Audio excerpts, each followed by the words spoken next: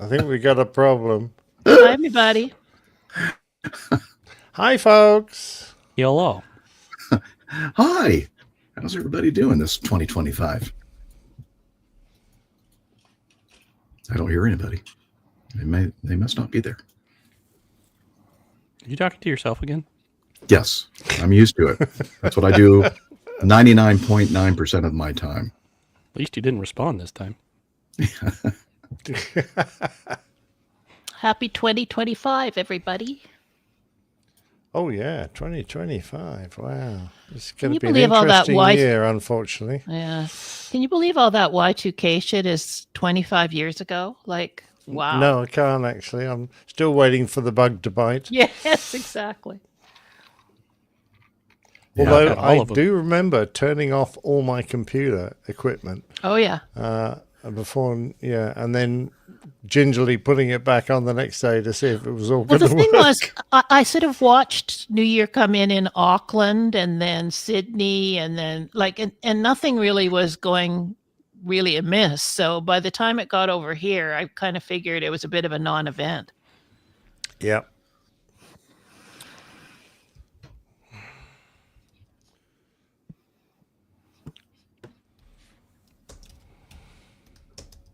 Okay. Oh, Nick, did you see that Bob just said? Yeah, I'm just replying now. That's very cool. What was the honor, I wonder?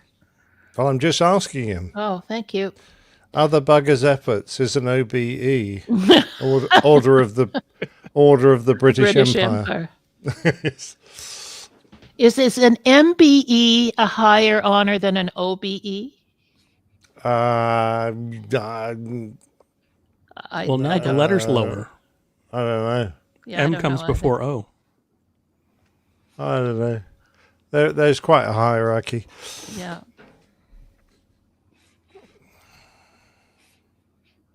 So if it's an OBE, is that a knighthood? No. No. No. What is DFC? get- Did you explain that in your interview that I just missed? DFC, Distinguished Flying Cross. Flying You Cross. have those in America, so I assumed you all knew. I'd have never heard of it abbreviated like that before. Oh, okay. I mean, and I'm probably the only one in the United States of America that didn't know that. So Well, I apologize. yeah, considering it's an Air Force medal, then of course you I've never heard that. anybody in the U.S. Air Force say DFC. But maybe I just wasn't paying okay. attention. I probably wasn't paying attention. Well, it Never came up in conversation, with any of the people I hung around. So that's understandable, I think. Shocking. Yeah, shocking. Thanks, AJ. Put a note on the subs list that Yeah. He's AJ out. is no longer Yep. on the list. Okay, thank you. Do you want him on Just today's got show, back or in, should I too. bounce him now? Well, I don't know. It depends on how Jordan, well he that's leads. a lovely comment from Jordan there, Nick. All right, I'll take a look. I'm just reading it now. The OBE is one rank higher than the MBE, which is the member of the Most Excellent Order of the British Empire. Thank you, Bob. Got it. Bob's filling me in too. But Jordan just made a nice comment for Let's Nick. have a look. Do they have to call for references? Yes. Very good for an OBE. Well, I'm sure he's getting at the fact that I would get it for other Buggers' Efforts. We call you Sir MBE, Nicholas OBE, sometimes. CBE, then KCB. FG, HIJK, LMNOP. I like Bob's comment. Knighthood and then bigger knighthood. Yes. Yes. Yeah. Most of us have been searching for a bigger knighthood. In Canada, we have the Order of Canada, and I think they have 3 levels. It's like member, companion, and something, but I'm not sure what the levels go.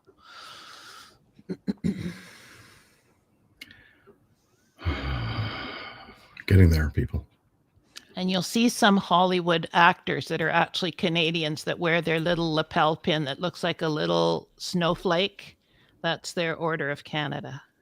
Ah, Like little Martin snowflake. Short does. You And little snowflake, you. Yeah, exactly. I was going to leave that one alone, but Now, what it is, You're smart, man.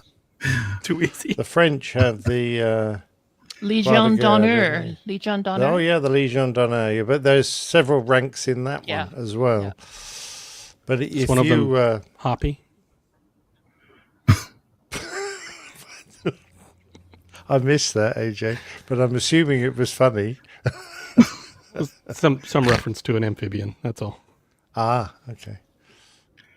It was very I respectful. apologize to all the French people out there. I'm sorry.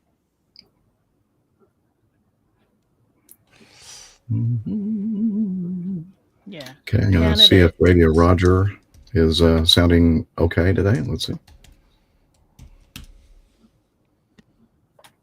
He's sounding very quiet.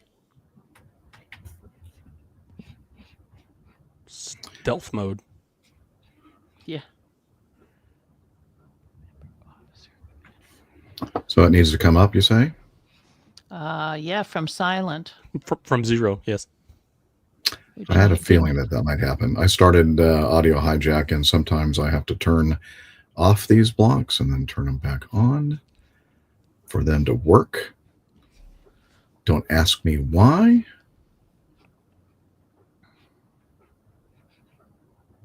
Okay. Oh, come on. And let's see if you can hear it now. Can you hear anything? Nope. Well, I can hear ticking like a clock. Sorry, that was me typing. Oh, I thought it might be the bomb going off. No, that's later. You're the bomb. Colin got the British Empire Medal. Oh, the BEM. Right.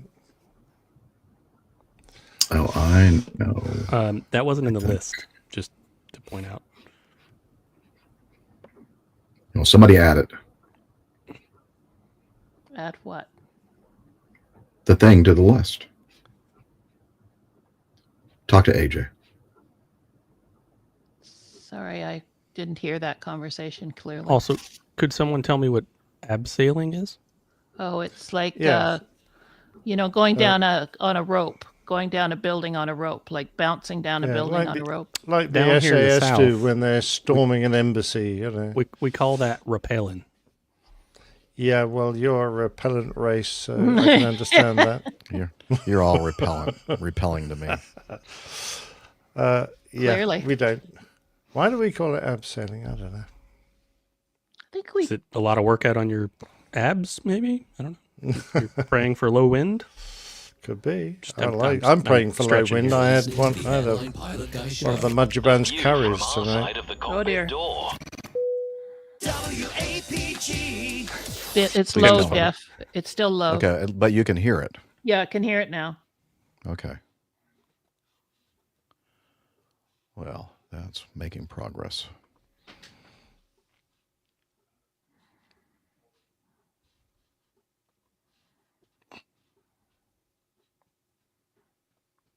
Abseiling comes from the German term to rope down. Well, there's your problem. There you Rope a go. dope. If Stefan was here, he could have filled us in on that. He could. Yeah. There's Peter Tarantelli saying hello to you, AJ. Yep, I saw. Hello. Did you see him? He was responding to my hello. Oh, I see. We could go down this rabbit hole for a while. Wow, yeah. That could be a whole show. I remember a song about getting your boss the OBE. Let me see. Yeah. I feel like it was a different OBE. Liz, Knowing I'm the going to songs play you know. Radio Roger again. Stand by. Yep. You're Listening. listening to the Airline Pilot Guy Show. The view from our side of the cockpit door. WAPG. I would say a little bit low, Jeff. A little bit. It's I okay, concur. but I would like it up a bit more, I think. Yeah, that's Well, what she said. said the actress to the bishop. Yeah, exactly. Yes. Hi, Micah. Wow. If you can. If you can't, I think it'll be okay. It's just that everything else I play is probably going to be just very loud, maybe. Let me try it again. You're listening to the Airline Pilot Guy Show. The view from our side of That's the good. cockpit door. That's good. Yep, that's good for Steffi. Good for Nick. 1,000.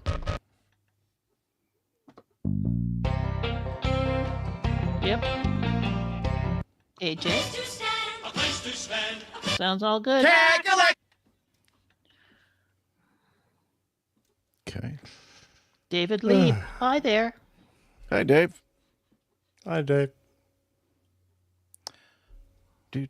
I apologize for running a bit behind here, but That's right. I'll keep everyone amused with I'm the not last apologizing verse. to you guys. I'm apologizing to our audience. Oh my God. Micah Yeah, says he yeah. hates to tell us, but everything sounds great. Oh my Wow. God! This is the first Great. time ever. Thanks for messing it up now. I mean, it's going to be all your fault, Micah. Thanks. Is that some New Year's resolution or something? Yeah. Let's see if I can just do one last thing maybe before we start.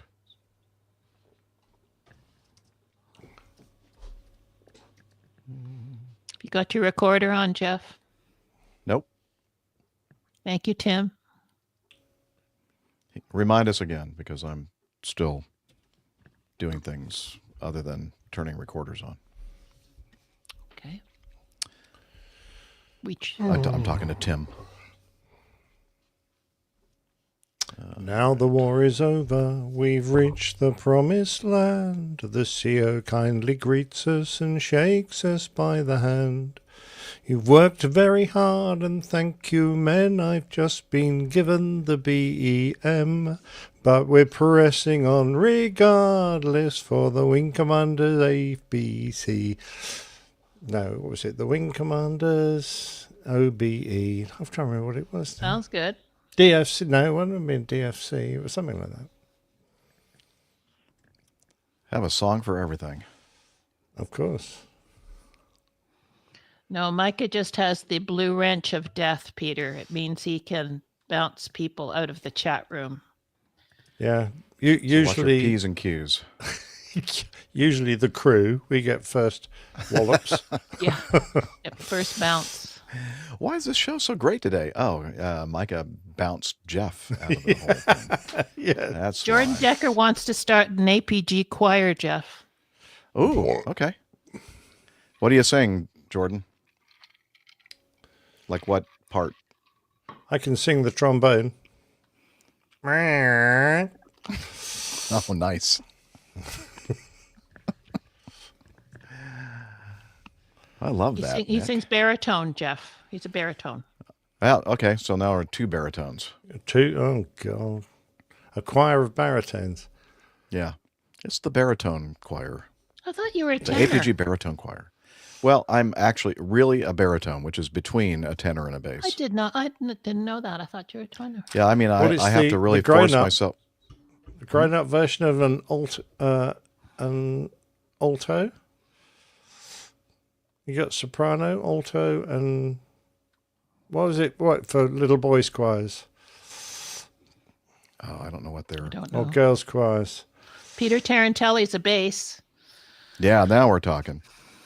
I mean, I can sing bass and I can sing tenor, but I'm not. I'm really something in between. I I have did to really not know kind that. I of thought you were a tenor. push. No. I'm What not a is true what tenor. is Kurt in your choir? What is he? He's a bass. I thought he was a bass. Yeah, he tries to sing tenor sometimes, and it's more difficult for him to hit the higher range. Jordan says an unchanged male voice, like a young boy, is a treble. Yeah, they're treble for sure. Yeah. Is that like Dennis Well, the Menace? we were called sopranos. I was a soprano. I think so. Well, okay. I thought sopranos were just, We were an all boys female. choir. Could Too be. bad you I don't don't- know. I never sang in an all boys choir. Too bad you don't live near Oxford, Nick. My nephew's taking a choir over to Oxford in a couple of weeks. All right.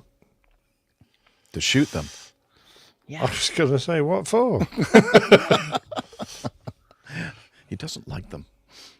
It's going to leave them there. His college has an exchange program with one of the colleges at Oxford. Oh, right. Oh, they're not going to be busking then. No, they're singing at some services in the chapel of Exeter College. Oh, right. I've been Why are out- they going oh, to never mind. Oxford That's then a if little they're too rude. singing in Exeter? Ha ha ha ha ha ha. I've been asked so many times to Exeter. Yeah, Exeter stage left. Will you get out?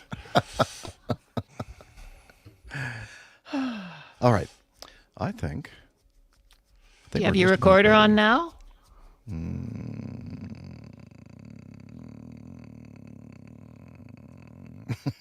He's thinking about it. Maybe. something. Huh? Hello? Just want to make sure I have the correct routing. It is on. Yay!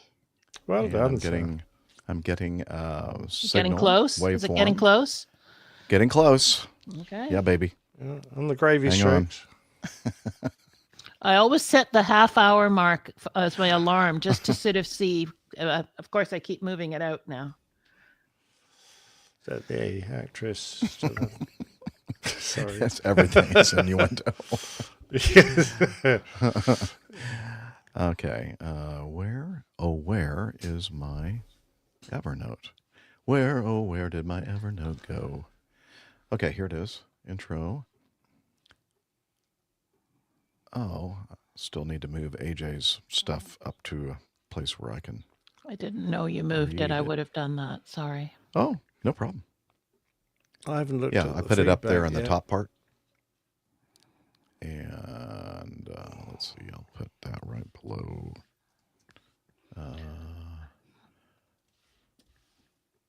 Captain Nick. I guess Nick Camacho is not joining us today. He is not. He said No. he's backed up at work. Okay, understandable. Okay, we're gonna do that, and we're gonna put that down here. and Steffi then- is on her way at some point. She will be here. Beautiful. So, pensioned off photographer. So, what does that mean exactly? It means you're retired. Yeah. I'm Like- taking my pension. It's like getting a yes. pension. My photographer's pension. Yeah, I from just the- never heard the term pensioned off. Oh, yeah. I've heard pinched off, pissed No, off. pensioned off. That means the Royal Society of Retired Photographers now pay me a pension. Oh, good. Wow. How'd you manage that gig? Nice. Yeah, good question. You got your countdown at hand there, Jeff? I'm almost there. Almost. Okay.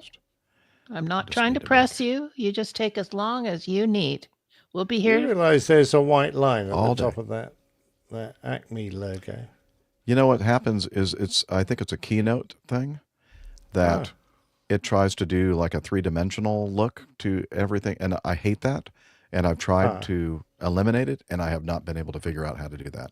Oh, okay. Maybe somebody out there who is a keynote expert can tell me how to do that. Or actually, it might be a StreamYard thing that they. Yeah, could be. It's probably StreamYard now that I'm thinking about it. Okay, now that just threw me off. I'm ready What was for I gonna bed do? now. Yeah. All right, good night. See you guys next You week. can go anytime you'd like, actually. It's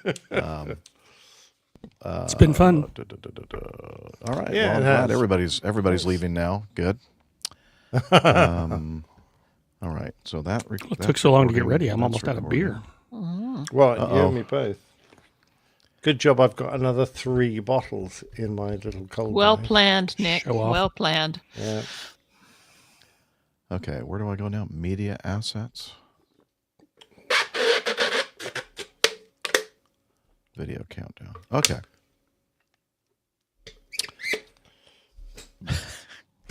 Do I need to mute Captain Nick's microphone, or I is was it, I was showing the camera my beer, and of course you've taken me Oh, off. sorry.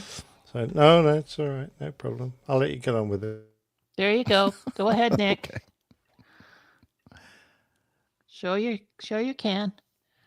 nice. Oh. What does that say? Green.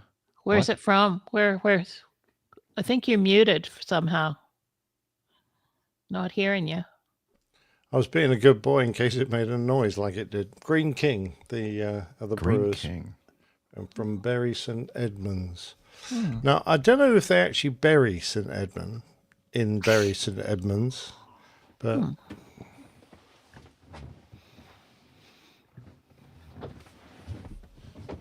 they might have done. Liz wants to be the big show. No, I do not. Definitely do not want to be the big shit. This is a family show. Do I need to find that sound clip? Watch your language. You're not recording yet. It's on YouTube. It's recording. We'll play it back to you next week, Liz. Don't worry. As soon as you hit the thing that says live, Well, let's get going then.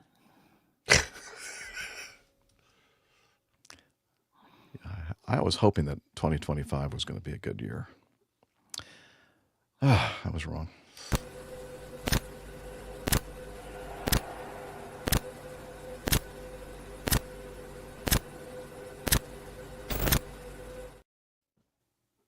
You're listening to the Airline Pilot Guy Show. The view from our side of the cockpit door. WAPG. It's the Airline Pilot Guy. Airline Pilot Guy, episode 645. Yeah, he's up in the sky. It's the Airline Pilot Guy. Hello, you're listening to the Airline Pilot Guy Show, the view from our side of the cockpit door, with your host, Captain Jeff, broadcasting live from the APG Road Vessel Studio. Today's show is recorded on the first week of the new year, 2025. Yeah, he's up in the sky. It's the Airline Pilot Guy. Picture light and he's flying by.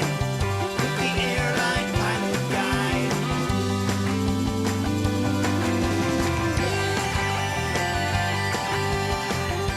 In today's episode, a flight skids while landing in South Korea, coming to a fiery end. Did Russian missiles take down an Azerbaijani flight? Also ahead, more news and your feedback. So get all settled in. Tray tables and seat backs in the upright and locked positions. Electronic devices powered on. I'm Radio Roger, and Flight 645 is ready for pushback. Happy New Year. Thank you, Radio Roger. He's an award-winning TV and radio reporter, currently at the #1 all-news station in the nation. 1010 wins on 92.3 FM in Captain Nick's intro. New York City! There we go. All right. This is the way to start off the year on a good note, isn't it? All right. Welcome to the Airline Pilot Guy Show. It's an aviation podcast covering the latest in aviation news and answering your great feedback. I'm Captain Jeff, a former U.S. Air Force pilot and retired Delta Airlines captain. And joining me today from his studio in Hartford, Hereford, and Hampshire, pensioned off photographer, former RAF, RAAF fighter pilot, retired Airbus A330, A340 captain for Virgin Atlantic Airways. It's Captain Nick. Hi there, Jeff, and hi, everybody. Welcome to 2025. Nice to see a couple of American aircraft sporting our show number, N645. The first was a 1927 Curtiss Jenny, then one for Nick, a Douglas C-47B Skytrain, and finally a 1981 Wicker Roy MA5 Charger. Never heard of that before. I think you're just making this stuff up. That's what I think. Of course I am. Okay, I'm sorry. Shouldn't have said it. Okay. Well, thank you. That was very informative. Also joining us from his remote studio in South,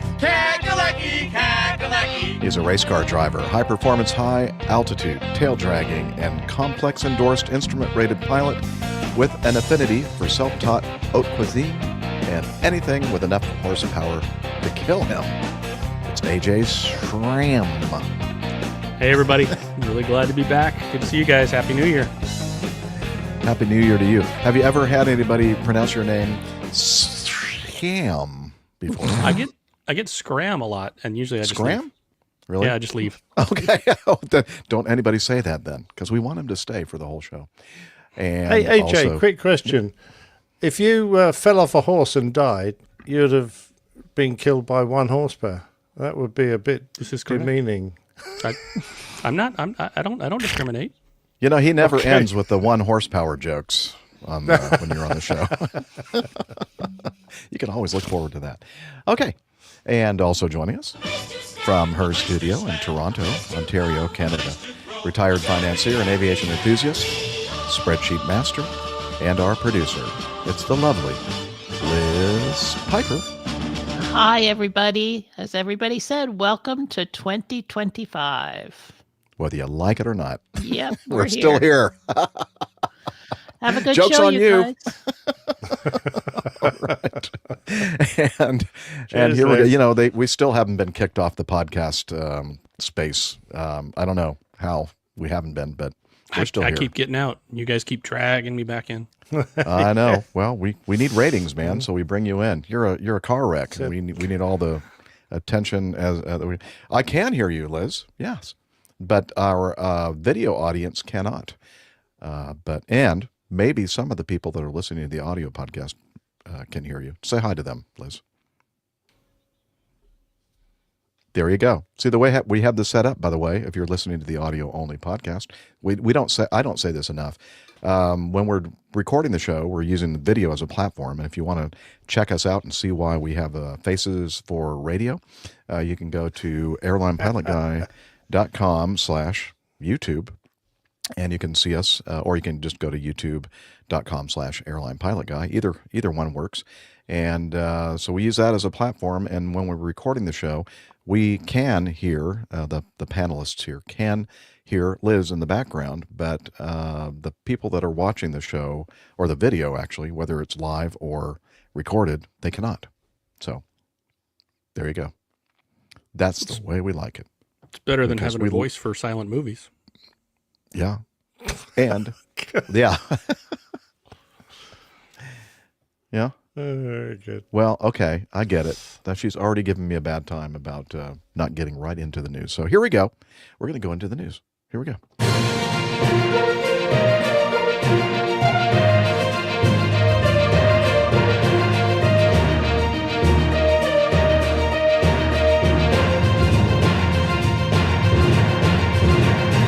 Stand by for news. All right. Well, we're going to start off with, we have a couple of tragedies, big accidents and loss of life on our show. And that's just the wrong way, really, to start off the new year. But we have to, because that's what we do here. We talk about all things good and bad. And thank you, Liz, for, am I on the list of tragedies? the fact that I'm still alive. Yes, ma'am. Okay. I'm sorry. And so we're going to start off with this first one, which is an Azerbaijani Embraer ERJ-190, registration 4 Kilo Alpha Zulu 65. They were performing flight 8243 from Baku, Azerbaijan, to which is a really good. I like that F1 race. That's one of those venues that the F1 car racing world uses as a venue, and it's a beautiful city. Anyway, they were flying from there to Grozny, Russia, with 62 passengers and 5 crew. They had diverted from Grozny to Aktau, Kazakhstan. I'm not sure if that's right or not, due to weather. Not sure if that's really why. Subsequently attempted to divert to Machakala. Thank you. I got it. Here we go. And but aborted the approach to Makahatahahoha due to fog before diverting to Aktau, where the aircraft attempted to an emergency landing on runway 11 about 1 hour after the aborted approach to Grozny. The aircraft was turning onto final approach with gear down, but lost height, impacted the ground off the runway in a near landing, but nose down attitude and caught fire. Rescue services were able to rescue 29 people, which I think is a minor miracle if you were going to watch the video of the crash here. Let's see. So 29 people, including all cabin crew, alive. 38 bodies, including both pilots, were recovered. Okay, so let's and one thing that was the very first issuance of the incident, the accident on the Aviation Herald, and at that point there were some rumors that this may be more than just your typical accident, and so then it was shortly thereafter confirmed by some quite a bit of confirming evidence. Looking at Liz is showing that right now on the video. Some holes in the skin of the aircraft, centering around the tail region of the aircraft, and they're thinking that somehow, it's obvious how the hydraulics on the aircraft were significantly affected. And so we're going to play a little video here of the crew trying to fly the airplane with a very, very degenerated flight control system, or almost non-existent system. It kind of reminds us of what was the United 232, I think, in Sioux City, Iowa, that lost hydraulics. Yeah, please add the video, Liz, and I will hopefully do what I have to do to get it to play. There we go. So we're watching this now. There's kind of a steep descent angle, although it's kind of, I'm not sure if the guy's holding the phone exactly right, because you're looking at the clouds. I don't think it's as steep as it appears, actually, now that we see some ground. The fact that the horizon's not level.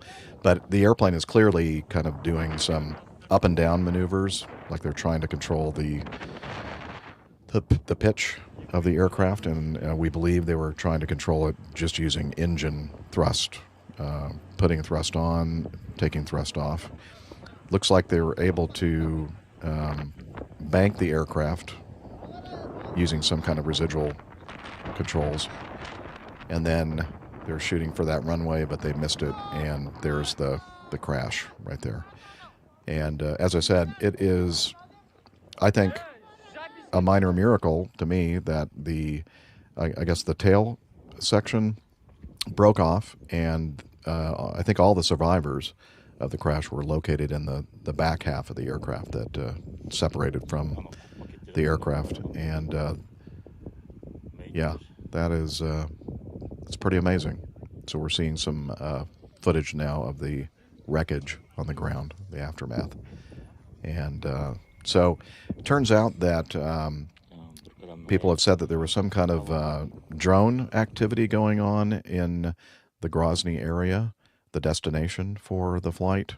I believe, was it Grozny, or was it one of the diversion airports that they were having drone activity? I can't remember now. Was it Grozny?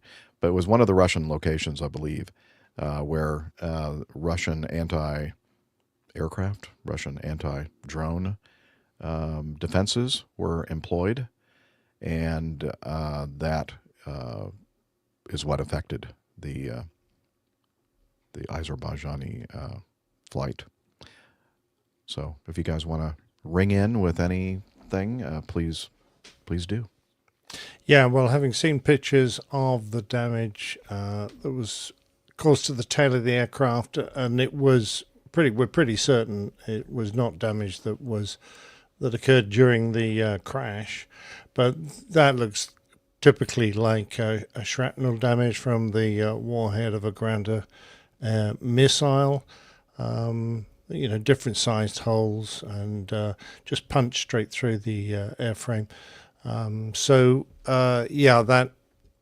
That combined with a sort of apology by the Russian president that has occurred since then, when He called it a tragic incident that took place in Russian airspace, and he apologized for the crash of the aircraft, but he didn't explicitly acknowledge that it was Russia's responsibility. So that's been left vaguely open. I think those of us who have seen what evidence there is available think back to the Malaysian 777 crash when that aircraft was shot down by Soviet forces that were taking part in the invasion of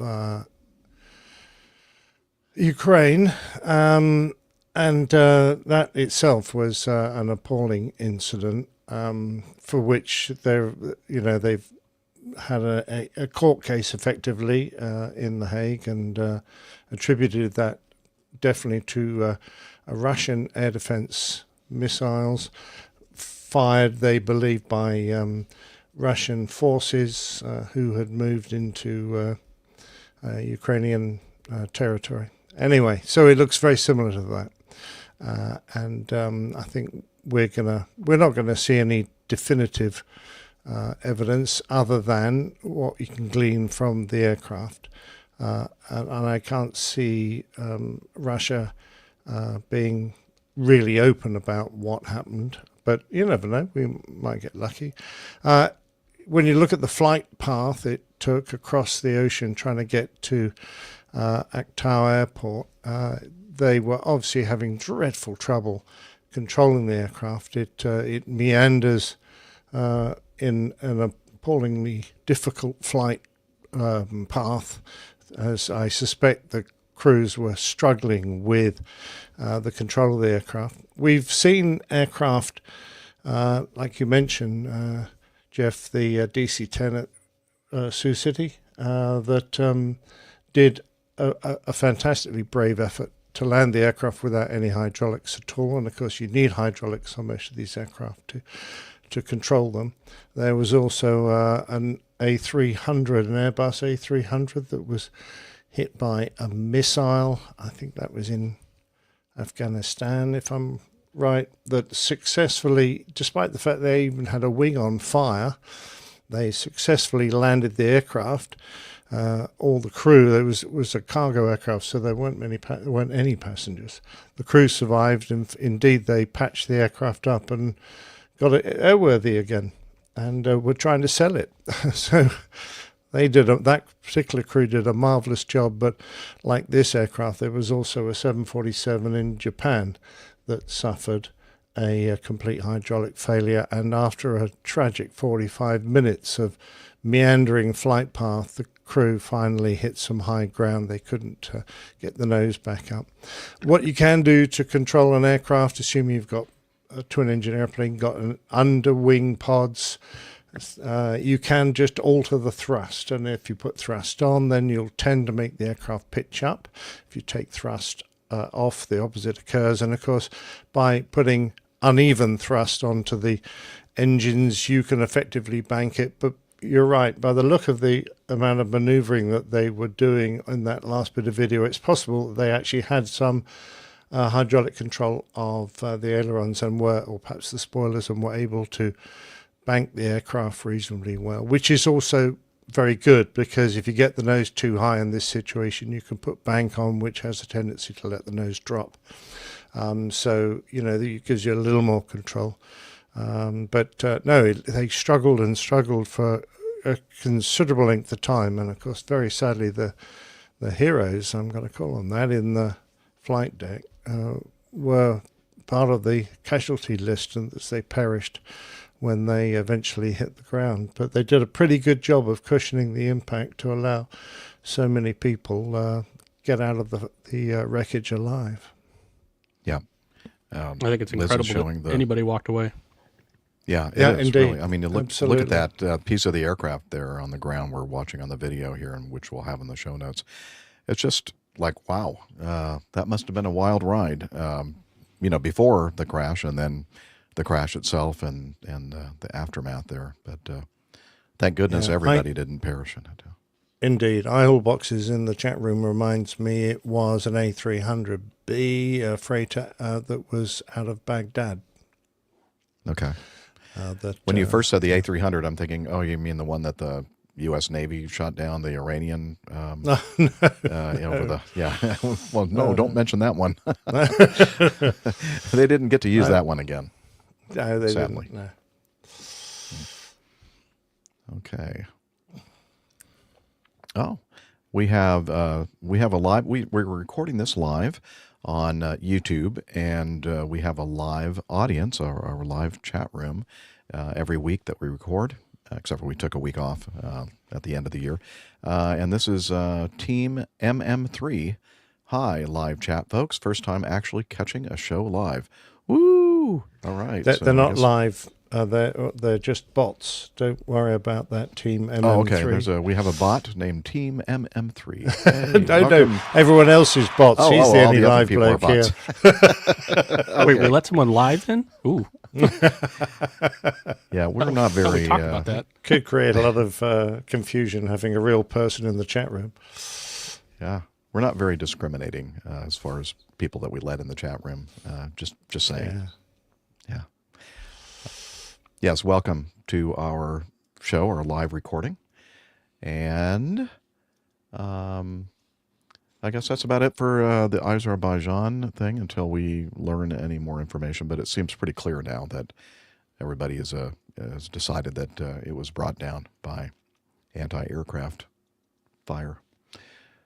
All right, here's the other, well, actually it's not the only other piece of sad news, but this is another tragedy with a large loss of life, and this is the South Korean low-cost airline Jeju, Boeing 737-800, registration Hotel Lima 8088, performing flight 2216 from Bangkok, Thailand, to Muan, South Korea.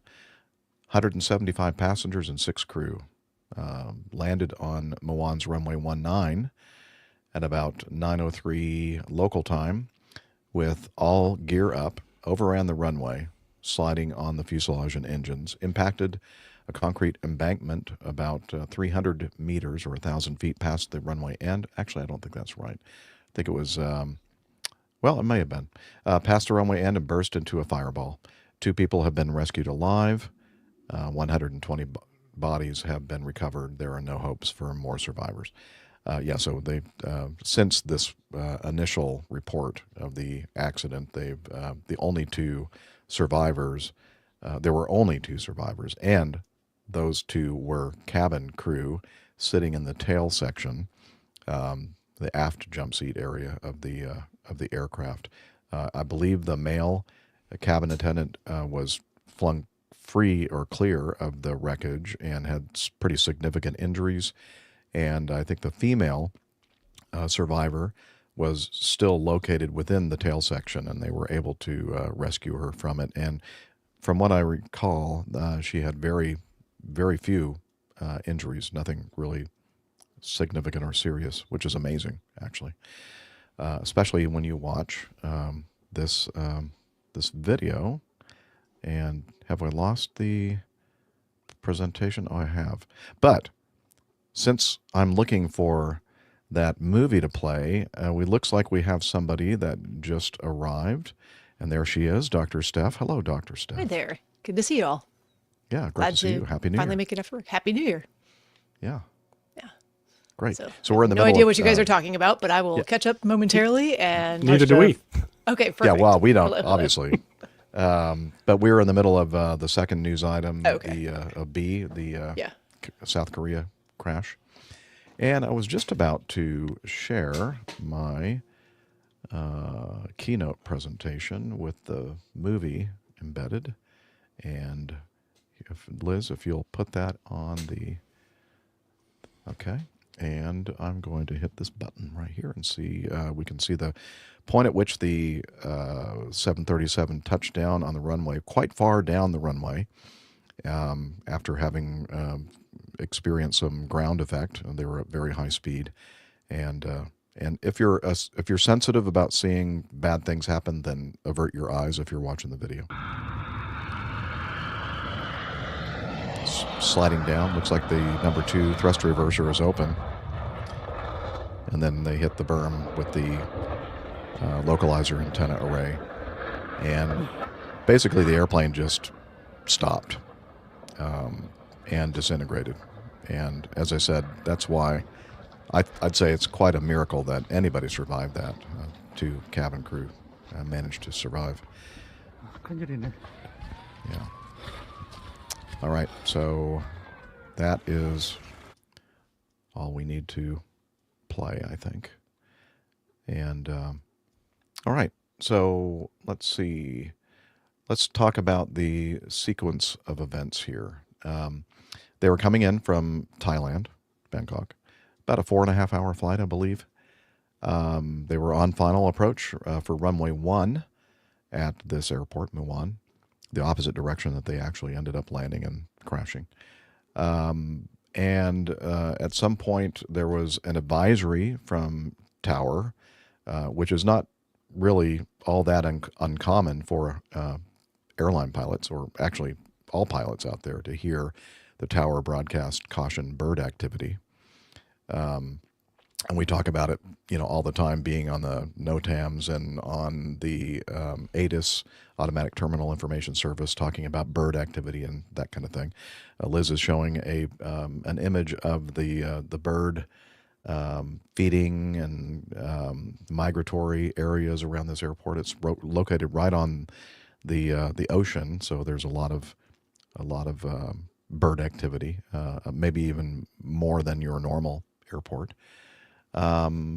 So they the sequence here at 8:54, Muan Airport Air Traffic Control cleared their aircraft to land on runway 1. And then they broadcast the caution bird activity advisory 3 minutes later. 2 minutes after that, Flight 2216 pilot reports bird strike, and they declared emergency, Mayday, Mayday, Mayday, bird strike, go around. Okay, so clearly they had a bird strike. There's another video which I haven't downloaded, but I'm pretty sure that everybody's probably seen from a different vantage point, almost directly below the flight. You can see the point at which, at least one of the points at which the bird, we're assuming, was ingested into the right engine, the number 2 engine, the one that we see on that video that I played as they're skidding down the runway with the open reverser. And as far as we can tell, that was the only engine that suffered a bird strike, but we're not really sure about that. Hopefully in the investigation, they're going to be able to determine whether or not both engines were affected or just one of the engines. So at 9 o'clock, so just a minute after they declare Mayday and bird strike go around, they initiated a go around, request authorization to land on runway 19, which is the approach of the opposite direction on that same runway. Air traffic control cleared the aircraft to land on runway 19 at 1 minute past 9 o'clock. 2 minutes past 9 o'clock, they touched down. So from the very beginning here, when they declared the emergency bird strike, go around was 8:59. They were cleared to land at 3 minutes later, 2 minutes later, and then somewhere around 4 to 5 minutes after this whole thing started, they ended by crashing into that localizer array. The aircraft touched down about 1,200 meters, 3,940 feet, so almost 4,000 feet down the 9,184-foot runway. And then everything else here in the sequence talks about the air traffic control alerting crash bells at the airport, etc. Let's see. Okay, on December 31st, the Transport Ministry in South Korea said that the data has been downloaded from the cockpit voice recorder. However, a key connector is missing from the flight data recorder, and authorities are reviewing how to download the data. And I believe now the update is that they have sent the flight data recorder to, I believe, Washington. NTSB is going to see if they can get the data from the flight recorder because the folks in South Korea don't have the right connector to to get the data off. So hopefully, fingers crossed, that the data is still there and recoverable. So we're hoping that that's the case. And yeah, such a tragedy, but so much. There's a lot of speculation going on out there, and a lot of YouTubers, including YouTubers that are 737 pilots, have a lot of experience with the aircraft, kind of scratching their heads too about why the crew decided that they had to get the airplane on the ground immediately and not go fly somewhere even with, degraded thrust and start running checklists and preparing for this landing and perhaps maybe lowering the landing gear manually. But clearly they didn't take the time to do any of that. And some are speculating that maybe it's because they didn't have both engines running. Maybe they were dual engine failure or dual engine severely degraded thrust situation.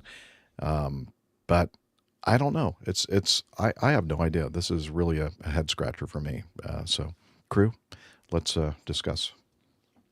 Yeah, I think there's the major questions that we're all really interested in is, did they have two serviceable power plants? If not, which one had received damage?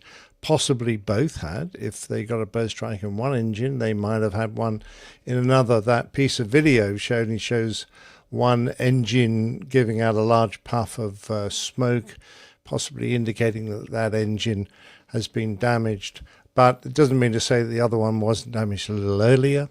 They put out a mayday with their bird strike call. They didn't say they had an engine fault. They said mayday bird strike. Now, normally when you get a bird strike, it's not really mayday situation.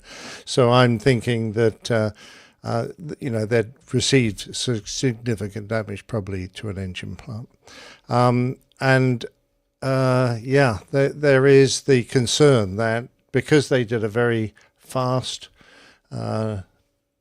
sort of teardrop to get back to the runway, the fastest possible way they could, did they really have time to properly assess which engine was damaged and shut down the correct engine?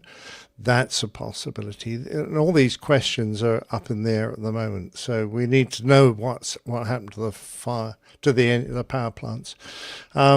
As regards getting the gear down, we need to know the situation with the engines before we can just work out which hydraulic systems were available to them. I believe the right engine controls the hydraulic system for the undercarriage. I'm not certain about that. I'm not a 7.3 man. I think they call it A and B, but anyway, the gear works off one side, the flaps work off the other, but they didn't seem to have selected either. And that is a problem. If you're going to try and belly land an aircraft because you can't get the gear down, you should at least try and get the flaps down to reduce your approach speed, because the extra speed that they seem to be carrying took them a long way down the runway. And with way too much energy to stand a chance of stopping before they reach the end. Why didn't they put it down earlier? Well, they probably were going a bit fast, but then again, it's quite likely that, without the undercarriage, the aircraft is going to appear a lot lower. And that sounds stupid, but when you're a pilot used to landing the airplane so many times and to a certain picture out of the windshield of what it looks like when the wheels touch, it must be very disconcerting realizing that you've got to go another 4 or 5 feet down before your belly hits the runway and you can start slowing up.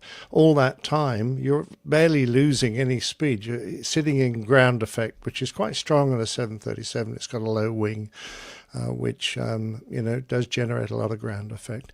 So it may be that they fled to the usual picture they expect and didn't put the airplane down far enough to engage the belly and the engines onto the runway. They managed to get the reversers out. There's been suggestion that they could have been dragged out by the friction of them on the runway. I think that's very unlikely. The reversers are normally well locked in because it's dreadfully bad to have a reverser deploy accidentally. It can be catastrophic. So I suspect that they did try and select it. There have been other people looking at videos head on during the arrival that seem to suggest that the engine that had received the bird strike was the only engine producing a heat haze, indicating that it was running. And the other engine on the other side, which we are currently sort of assuming is undamaged, has no haze at all and no reversers. So is it possible that that engine had been shut down? A lot of conjecture. But we really won't know. We won't know why they felt the need to make such a quick approach. We don't know why they didn't want to put down or couldn't put down gyro flaps. And we don't know quite the situation with the power plants. But the end result was they touched down and ran off the end of the runway at some speed. So, which leads me to the ILS localizer aerials. Apparently, they were mounted into the ground in concrete, and then to sort of protect them, they had a big pile of earth in front of them, a berm. So they might have thought that, well, that's sufficient to protect against an aircraft hitting them. Well, obviously not. But that apparently is not unusual in South Korea. That apparently is a reasonably common way to affix your ILS localizer aerials. Most airports I went to, they're up on frangible poles that will break if you put an aircraft into them. By the way, the reason they're above the ground is the ground slopes away a bit there, which wouldn't have helped with their retardation, but it was to get the aerials up on the same height as the runway. But it was a dreadful situation to be in, to have this damn thing right in front of you as you career off the end of the runway. And for when I recall reading the specifications for the location of the antenna array on the berm were met. It's an older spec. I think maybe the newer spec has changed a bit, but it was not something that was illegal. It was something that was approved. And also, I think that there are more places than just Korea that have these kind of berm, kind of raised setups without frangible supports all around the world, and probably probably not the most developed nations, but the ones that really can't afford. I guess it's quite expensive to have these localizer arrays with the frangible equipment attached. But I'm not sure. I'm not an expert on all that kind of thing. I had a discussion with Captain Jeff, the good-looking Captain Jeff, a couple of days ago, and he was saying, or made the remark that if the thrust reverser was working on the number 2 engine, that's powered by hydraulics from that engine.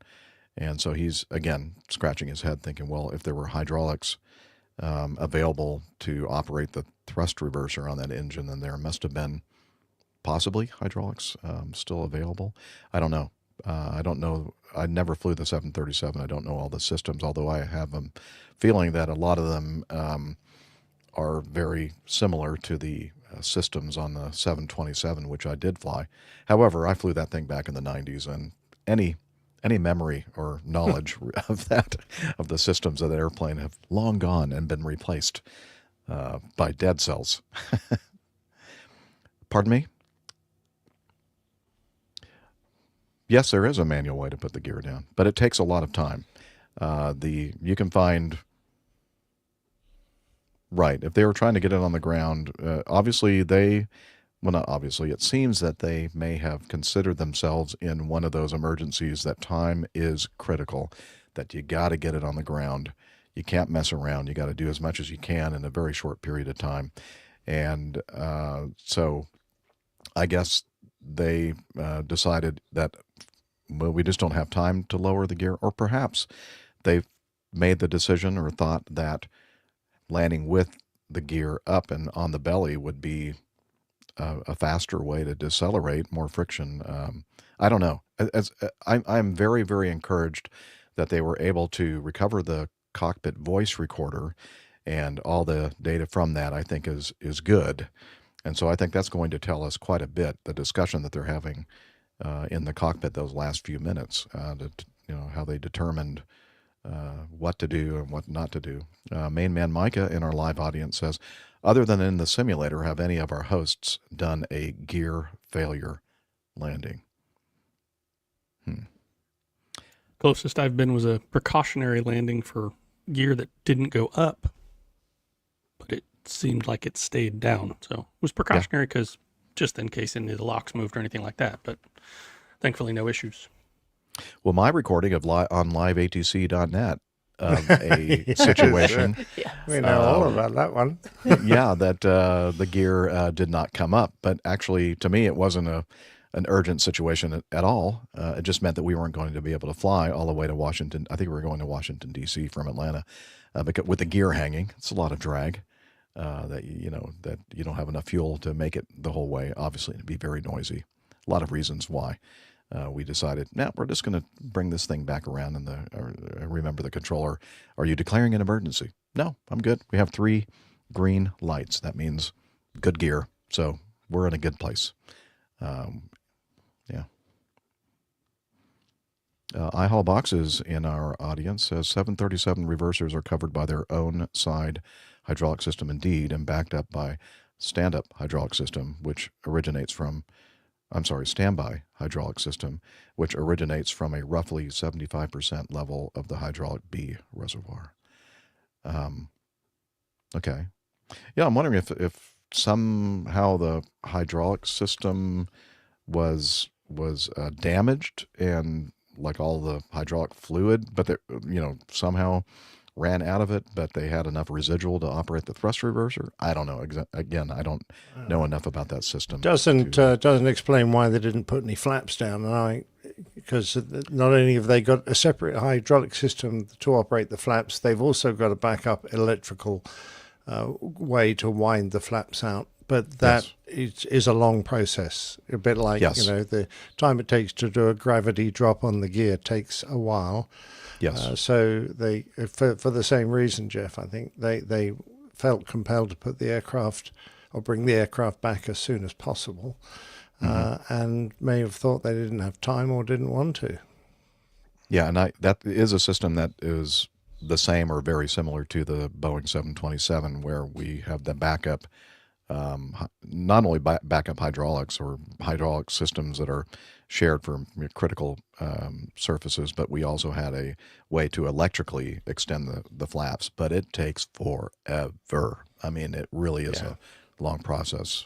I mean, if you're going to do a flapless landing in an airliner, I guess that would explain the energy state, because I don't know, our speed in an Airbus would have, and the Airbus I flew would have been about 180 knots, perhaps a little more than that if you were doing a flapless landing, and that might have explained their high energy state. But other than that they had turned back a bit tight and just got themselves a trifle high, and were trying to get the airplane down to the runway, and then hit ground effect and just hurtled along like they were on ice. Yeah, it sure, to me, it has things are just pointing at, they just lost all their power, engine power, thrust, and they were thinking, we got to do whatever we can do to keep this thing as slick as we can and bring it back down, because the energy state, as you were talking about, Captain Nick and iHaul Boxes. So yeah, that's I mean, we used to practice complete engine failure, gliding the aircraft back for a landing, and one of the common occurrences was you ended up with too much damned energy.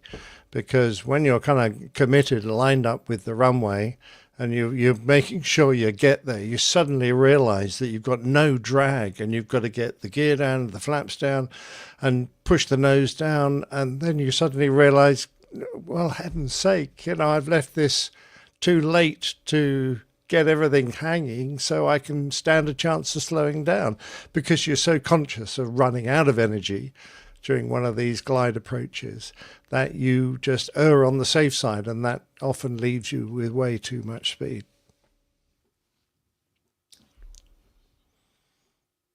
Well, maybe another Funyun involved here. Peter Tarantelli in our live audience says it was also a very early morning flight, leaving at 2-something in the morning. Fatigue may have played a part. Yeah, that's always something that I'm sure that they'll be looking at in the investigation.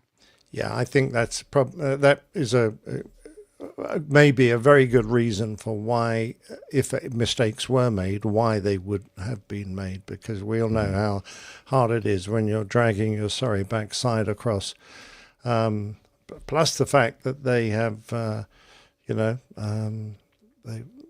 been tired and anxious. That's another factor to mess with your judgment. Yeah. Although the weather was very good. Very light winds, definitely visual meteorological conditions. So they had that going for them. Yeah. Hey, Liz, that map of the bird feeding areas, I find that quite fascinating, because these areas they note, they've got lines indicating the fact that birds fly between one area and another, and they're going right across the approaches. I mean, absolutely ridiculous. But I do note the birds are very disciplined. They don't go above 163 feet above ground level. Wow, that looks very awfully considerate. specific. Yeah, I think that is. So They're very specific bird type, I suppose. They must be. They obviously suffer from a lack of oxygen if they go above 163 feet or something. I just thought that was a bit odd. Is there a separate ATIS for them to set altimeter setting? Or? Yeah. I think it's just built in, and in my experience, I found that the seashore and wetland areas where they have birds such as black-billed magpie, ring-necked pheasant, rufous turtle dove, tree sparrow, mew gull, and migratory birds such as mallards, gray herons, egrets, and house swallows are birds that kind of have this built-in barometric sense, and 163 feet is kind of in that zone of safety that they really cherish. Yeah. Peter thinks it's a service ceiling. Yes. Well, Peter thinks they all have a fear of heights. Can you imagine if you were a bird and you had a fear of heights? No. Best if you're a penguin in that case, I suppose, or an emu, flamingo. Yeah. That's an interesting point, Bob. As I understand it, the conditions were pretty calm. In fact, their original approach would have had a slight tailwind component, but by the time they'd done their teardrop, they would have had a very slight headwind component. But generally speaking, you can take the conditions as calm.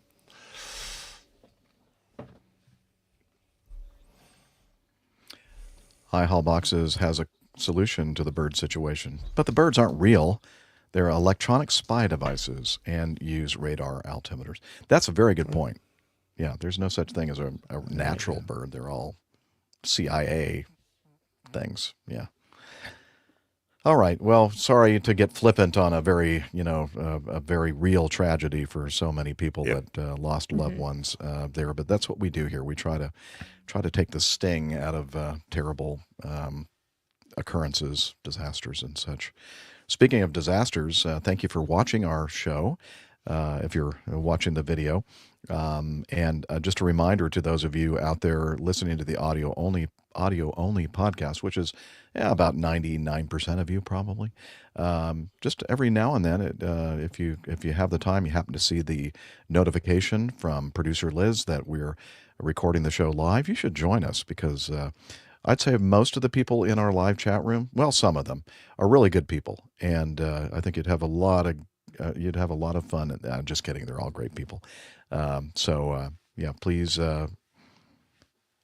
You can check the APG calendar. You can follow us on social media, which we'll brief you on at the end of the show. I know many of you probably don't ever make it to the end of the show because I know it's too long.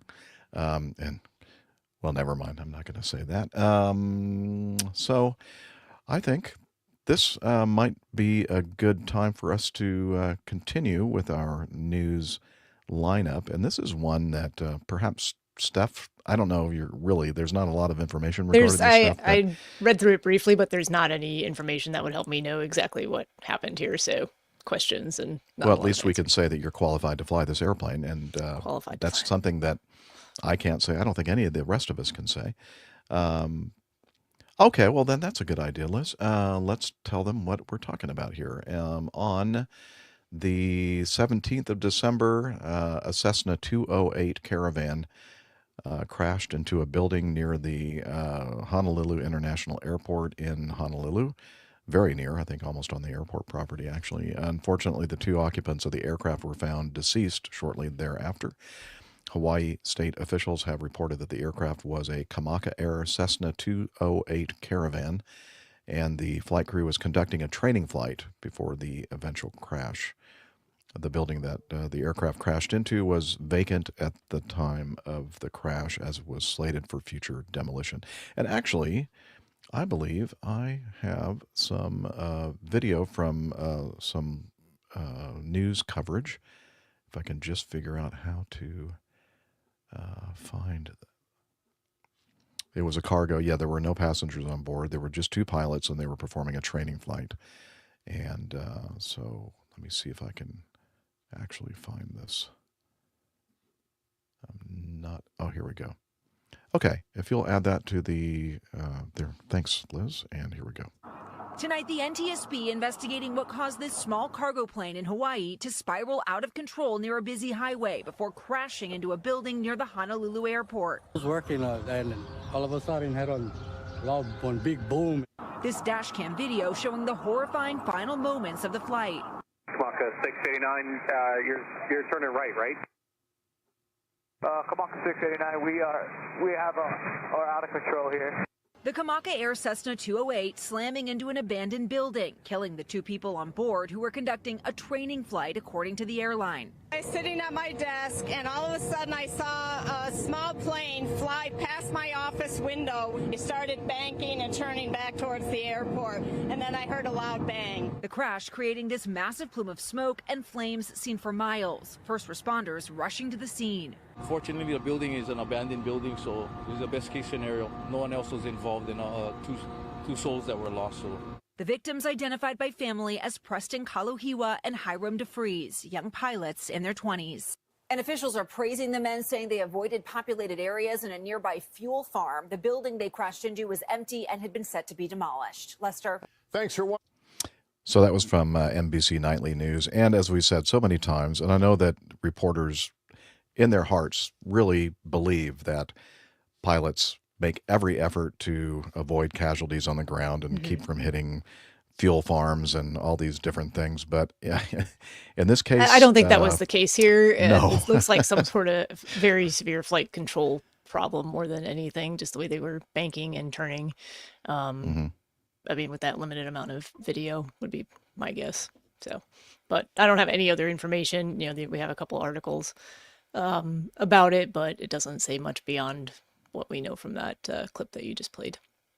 Yeah, it almost appeared that they may have had some kind of an engine problem, and they thought, oh, we need to really do the impossible turn and turn it around, and they banked it up so much. I mean, in the video it shows it was a pretty darn steep, almost 90 degrees of bank. It was a steep turn. One thing, you know, going back to the previous item we were discussing, the Caravan will glide pretty well. You know, if they had an engine failure and they're trying to get back to the airport, you can certainly find yourself in that situation where you're trying to do that impossible turn and not be able to execute it.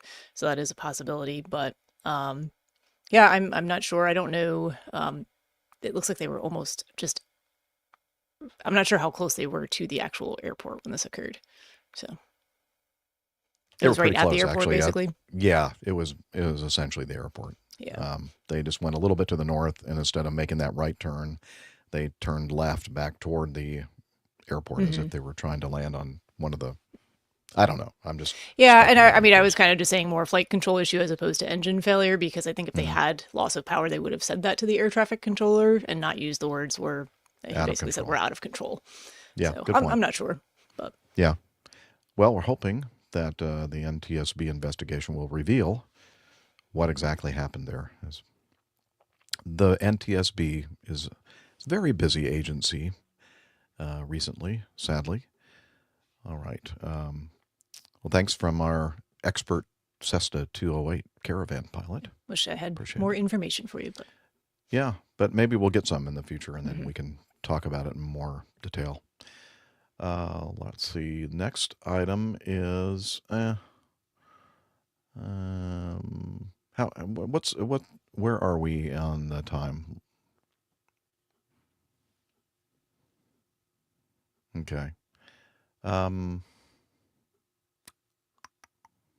I don't think I actually downloaded the video for this one, probably thinking that we weren't going to cover it in the Liz, come on. She's not self-deprecating. Well, in a way she is. yeah. Canadian deprecation is happening in the background.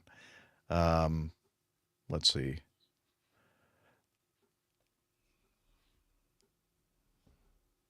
Okay. You know what, though? I think I'd rather go to G. Yeah, G and then the rest of them, and then we'll hold the other ones. Okay, and I do have video on this one. So the next item is a general aviation accident that occurred in Pearland, Texas. I'm not familiar with Texas, so I'm not sure exactly where Pearland is. Anybody on the panel know? It's where all the pears are. Oh yeah, Pearland. Of course. Yeah, it's part of the United States near the south coast. Thank you, thank you, Captain Nick. Yeah. It appears to be south of Houston. Thank you. South of Houston. That's right. Southwest of Houston, I think. Yeah. Okay. Perfect. we know our geography here on the APG. Anywho, not that it makes any difference exactly where it was. I was just kind of vamping. I'm not really sure why, but I was. And I have some video to play from VAS Aviation. So let me get to the proper window for me to select it. And let me actually find that video. Yeah. Okay. I am ready, Liz, if you'll share it on the stage. Thank you. All right. So let's see what happens on VAS Aviation. Radio check. Radio check. 32378, final 32 Pearland. Okay, I'm going to pause the video here because it happens right away. The first two transmissions in this video are from liveatc.net, the recording of the air traffic control and pilot frequencies here at Pearland. This is a common traffic advisory frequency. It's not a tower controlled airport. And the first two transmissions that we can see on this video are from November 5450 Lima, I believe, which is a Grumman AA-5 Tiger, a low-wing general aviation aircraft. And they are checking their radio because they apparently think there's something wrong with their radio. And so I just wanted to make sure that everybody understood that fact, which I think we're going to talk about after we watch the entire video here. Radio check. Oh, we're hearing again. Out of clear. Airline traffic, Skyline 7 CLD, there's a 2-mile left base from my 32 cabin and final flight. Airline traffic, Skyline 7 CLD, there's a short funnel from my 32, full stop, Pearland. Okay, we're seeing some video superimposed of the Grumman. There's a Grumman landing right behind you. Huh? Hold that kick quickly. They're about to hit you.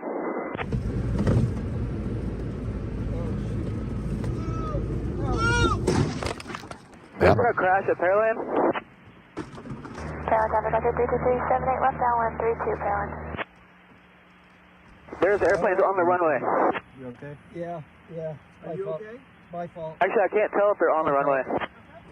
Yeah, I can't tell if he's on the runway or if he's on the taxiway. Sorry. Regardless, they just crashed, so I don't know if it's safe to land. Alright, got it. We'll exit the pattern. Paraline traffic. This is the Paraline Unicom. Runway 1432 is now shut down. All traffic must divert or stay in the pattern. There are no landings. Paraline. Traffic, Roger, 32378, we're departing pattern, exiting west. Paraline. Yeah, good. They have the runway shut down, right? Yeah, runway shut down. Two aircraft just crashed. Nice. So, are you going to cancel your flight? Yeah, I'm canceling. I'm parking. Roger that. Affirmative. 15 minutes later, it says. Paraline traffic, Cap 4260, 5 miles to the southeast, RNF 32 straight in approach. Paraline. Cap 3260, Paraline Unicom. Yes, Cap 3260, go ahead. Be advised, there was an incident on Alpha 3. Taxiway Alpha 3 is closed. Personnel will be near the runway, but I'm about to reopen it. Okay, I'll hold on, and we're going to do a touch and go anyways. All right. We'll be keeping everybody clear, but just keep an eye out. Do that. Thanks for the heads up, Cap 4260. All right. The cap is Civil Air Patrol. Now they're showing some images of the Cessna Skylane and the Grumman Tiger. A little beat up, actually. So, AJ, your impression of what happened, your understanding of what happened here, please. Basically, my understanding is that they had some sort of an electrical issue. I think that caused some level of panic with the guy in the Grumman, and he decided that he had to get that airplane on the ground right now. And the funny thing about aviation engines, when the electrical system, most aviation engines, I'll put that caveat in there, but especially in GA, they have a magneto ignition system, which means that if the electrical system fails, the engine does not stop running. It keeps on going just fine. So the airplane flies just fine. Yes, they lose their radios, but as we heard at the very beginning of the video, he still had some version of radio, so not sure if it was an issue with their headset jacks or it could be any number of things. And there's been a couple of videos that kind of covered some of this or what we could find out so far, and they're really good. So do suggest go look those up. But basically, he just made some poor judgment and decided he had to be on the ground right now, and put himself in a position to where he couldn't get the airplane stopped in time. One other thing kind of note, I've flown a Grumman Cheetah before, very similar to this airplane, and it does not have nose wheel steering, which does not sound like that big of a deal. There's plenty of airplanes out there that don't have positive control of the nose wheel or the tail wheel for that matter. So you use differential braking. It does add a little bit of complexity in a situation like this. Fast avoidance maneuvers, evasive maneuvers are not ideal in an airplane with that setup. So I don't know how much that could have contributed to this. From what I've seen in the videos and everything, it seems like the 172 that made their calls and landed on the runway was turning off of the taxiway there. I'm wondering if it's one of those, an inch or a mile, doesn't matter. If the Grumman could have just stayed a little bit more to the right. There's not a lot to hit underneath the wing of a 172. So it could have been another situation of target fixation. I've watched plenty of crashes on the racetrack of people that they see someone go off the turn in front of them and they're so focused on looking at them that they literally drive their perfectly good race car right off the track and into them. That's happened many, many times. So I think it was just a kind of like I said, got into a panic mode and decided he had to put the airplane on the ground right then and didn't make some good choices in doing that. Yeah, this is an example of the two major types of emergencies. The ones that require that you get the airplane on the ground as soon as you can, like the airplane's on fire or you have no engine power.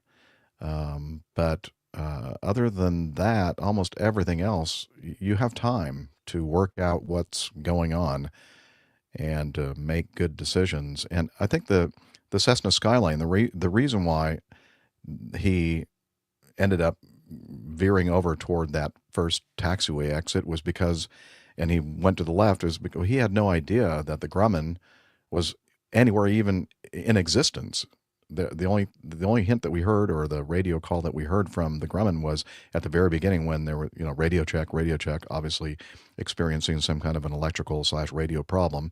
And then the warning that somebody else in the pattern gave the guy a heads up saying, hey, there's somebody, following you closely. And he, I think, interpreted that as somebody in the pattern coming into land, but not like right on his tail. Yeah, so you can't then, see behind you out of a Right. 172. There's no real way to do that. So yeah.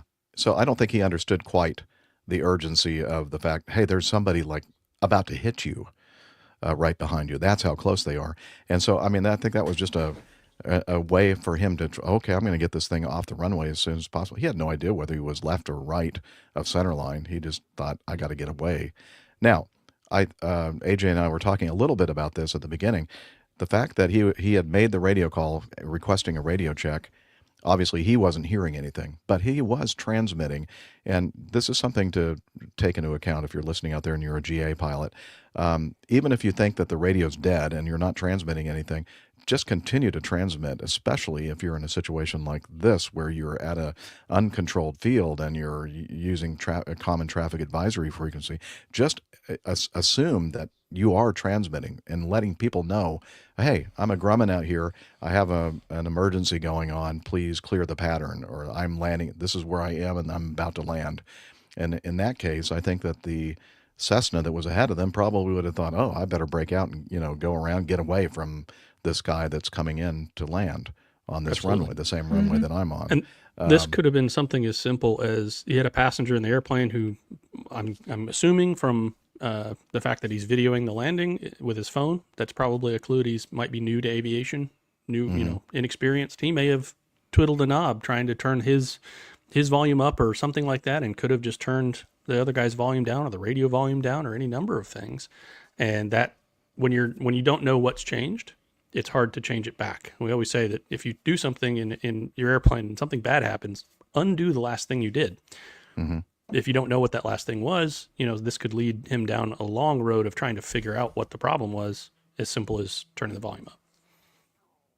AJ made a good point. Pure speculation. AJ made a good point regarding the fact that there are several good videos out there discussing this, and two of them I've included in our show notes. I'm not going to play them on the show, but when we mention him all the time, Juan Brown, I mean, he was right on top of it shortly after this happened. And he goes through in quite a bit of detail about, he goes through, finds a guy at his airport that has a Grumman, and kind of takes you into the cockpit and explains the whole way that piston reciprocating engines work, and they have magneto systems, and how that's kind of a self-powered system. And so even if you lose all of your electronics, you still have the magnetos running. The engine's not going to stop because you've lost electrical power. And then he goes through one by one of all the instruments that are right in front of him in the panel, and how only, I think, one or two things which are critical. Yeah, the turn coordinator, and actually just the bank indicator, really. Mm-hmm. And I would say, something looking at the video else. from this, though, it was a CAVU day. It was clear and It was a unlimited beautiful day. visibility. So, I mean, that's not going to create an emergency if those things aren't working. Exactly. You don't need any of that stuff. Just use your eyeballs. Look outside. Airspeed indicator, you have. That's a pitot instrument. Altitude, you have. It's a static instrument. So the pitot static system is not an electrical system. It's a basic air-driven system with that little thing poking out. David Lieb in our live audience says, as soon as possible versus as soon as practical. Big difference depending on your emergency. Absolutely right, David. And I think that after he hit the other aircraft, and the video kind of shows the aircraft tumbled around quite a bit and the camera fell. I'm not sure exactly what the resting position of the aircraft was, but you could hear the audio of the video from whoever was videotaping this whole thing. Him saying, it's my fault. I'm okay. We're okay. It's my fault. He knew, that a little too late that what he just did was not a good thing to do. That was a dumb thing to do. Yeah, I agree, Jeff. The situation had gotten away from him, I'm pretty sure. But I just felt sorry for the Cessna pilot because when he got that transmission that said, there's someone right behind you. There's someone behind you. He's right behind you. And he said, okay, I'll expedite getting off the runway. Well, what's the first thing you do if you want to get off the runway quickly? Well, you brake hard and take the next available exit. And of course, that's actually the opposite of what really was needed. He shouldn't be braking hard. He should be, if anything, he can try and go around or at least accelerate a little bit to give this guy some braking distance, some room behind him. Of course, he wasn't aware exactly of the situation that was going on. But as soon as he said, I'm going to expedite getting off the runway, I thought, oh, God, here we go. He's turned this into an inevitable situation. I feel very sorry for him, though. Oh yeah, I don't think he did anything wrong. I mean, no, not at all. No, yeah, it's just a circumstance. And I was just saying, oh no, the last thing you need to do now is brake hard. I'm coming into Atlanta on 26 right, and Tower says, "Could you expedite your landing roll?" And you have somebody that's right behind you. I'm thinking, well, okay, he's a couple of miles behind me, right? Yeah. not like literally right behind Not already me. on the ground behind you, moving faster than you. Exactly. That's not what you're thinking. My home airport, we have, we fly out of there. We've got 4 airplanes in our flying club, and they know some of our voices that fly very often. And there's some of us, they'll say, you're clear for takeoff, no delay. That means they've got somebody on final, not over the numbers, obviously, but they know to trust some of us that means go, right? Yeah. But even then, if he says no delay, I would be very surprised to look up and see an airplane right there on short final. They're still going to be, like I said, a half mile or a mile away. That would be some bad controlling. Yes. Something that you would find at Piedmont. Wow. Ooh, yeah. Try it. Just kidding. Burn. Now we got to start off the new year on the right foot, right? Well, so much for those ratings you wanted. Hey, those two boys, they know I love them. Great show. The best, actually. Yeah. So that was an interesting one. Just you have to. What did you say? What did your dad always say, Captain Nick? Take out a cigarette and light up a cigarette. Wind your watch. Wind your watch is one that I grew up with. Just of course. Now it doesn't mean. Yeah. None of those things really applies anymore in today's newer generation. Like what? Take a sip of your coffee. There you go. Wind your restart watch. your Why phone. would you? Yeah, just sit in your hands for a few seconds till you've worked out exactly what's going on. Watch a couple TikTok videos. Take your phone out, restart it. By the time it's restarted, you'll have had time to think. Yeah. There you go. Exactly. But it does take me back to military days of landing a whole formation, one after the other, on the same runway. So you've got, say, 4 airplanes, and you're all landing at 1,000-foot intervals or whatever it turns out to be. But we would just had an SOP that if you're in front of someone landing behind you, you never braked hard, and you always went to an agreed side of the runway as soon as you were safely under control, so that someone who did have a problem had a big wide runway to go past you. So that was the kind of standard procedure. We rarely even briefed it because it just became second nature, not to sit and slap bang in the middle of the runway with someone coming down behind you. Not that this Cessna really had an appreciation of what was going on, but that was about one of the few things that might have saved him. Yeah, you're right. All right. Well, let's keep on moving on. Okay. All right. Yeah, I think that was a great planning, Liz. Let's continue with H. Well, I'm being serious. Now, you think I'm being insincere. Sorry, Liz. Captain Nick, based on your... I was looking at Steph. She put me off. Oh, okay. Nice diversion there. I don't think so. That wasn't a very nice thing to say about Steph, Nick. I was hoping he was talking about my comments in the chat room. That as well, yes. I don't know what's going on, but that's pretty much normal for me. Let's continue with 01H news. This was an accident involving a Swiss International Airlines Bombardier C-Series CS300, or as we know now, it's an Airbus 220. These are powered by Pratt & Whitney Pure Power PW1500G geared turbofan engines. It was registration Hotel Bravo Juliet Charlie Delta, performing flight 1885 from Bucharest, Romania to Zurich with 74 passengers, 5 crew, was en route at flight level 400, 40,000 feet-ish, about 20 nautical miles northeast of Graz. Not sure how that's pronounced, Graz. When the crew decided to divert to Graz, reporting smoke on board. The aircraft landed on Graz's runway 34, stopped on the runway about 19 minutes after the decision to divert. The aircraft was evacuated. A rescue helicopter positioned to the aircraft on the runway took a flight attendant under resuscitation on board and flew him to a hospital. The flight attendant died on December 30th. 2024. About 17 passengers and a number of crew needed medical attention too. The airline stated that the cockpit crew decided to make an unscheduled landing in Graz. The aircraft is currently on the runway. The passengers have been evacuated. More information will follow. They added subsequently that they had engine trouble and smoke in cockpit and cabin, and they are concerned about one of their cabin crew. The other 4 crew also went to see doctors. Later, the airline announced 2 additional flights were scheduled. Okay, it's not important. It didn't say really much about the passengers here. No, about 17 passengers needed medical attention too. Okay, never mind. So the thing that's interesting to me here, yes?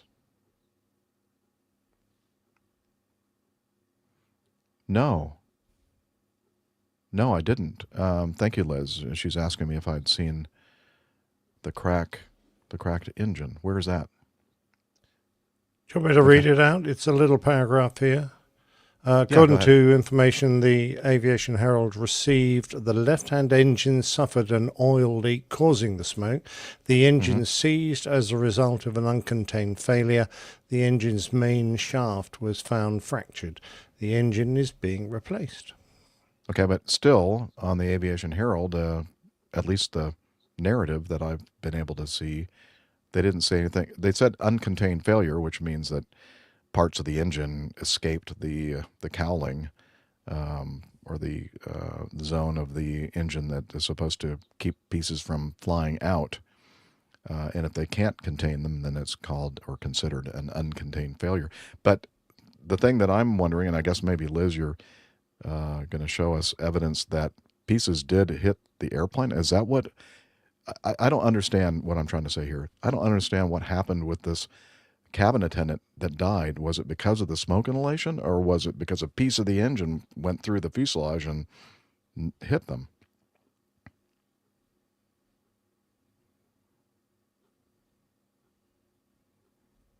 Well, you said something about a crack.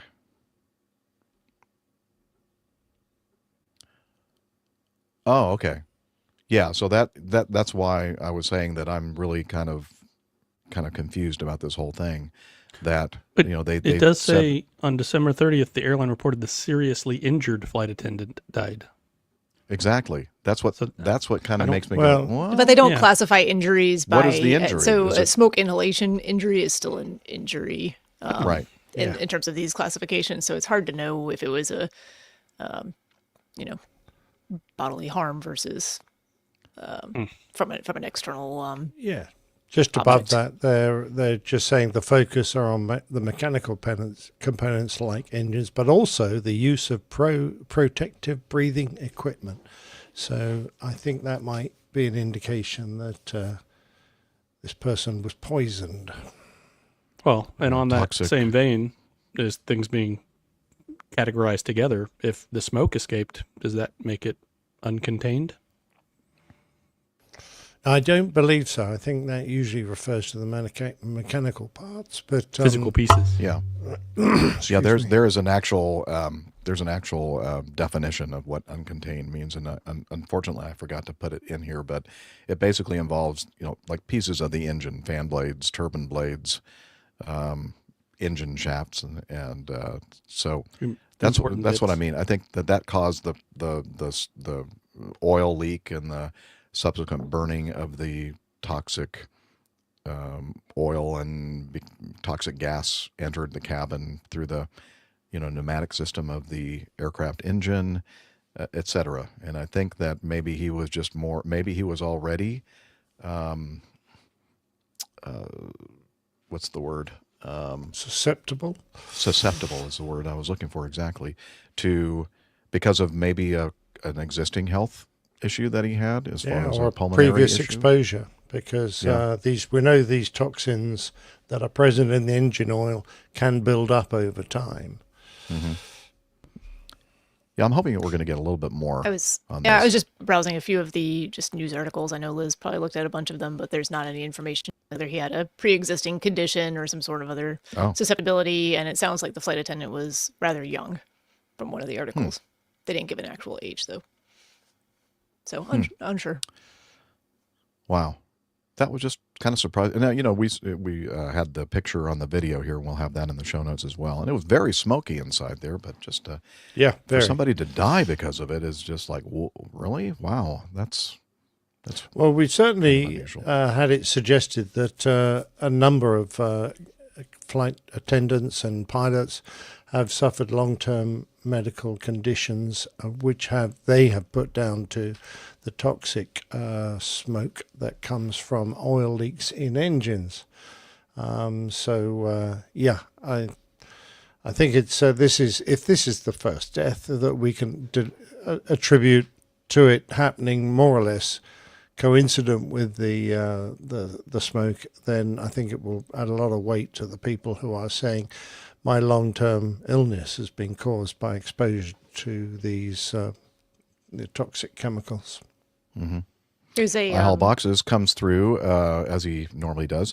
Contained is one in which all internal rotating components remain within or embedded in the engine's case. So there you go. There's that. So that never applies to helicopters. Yeah, because it's never contained.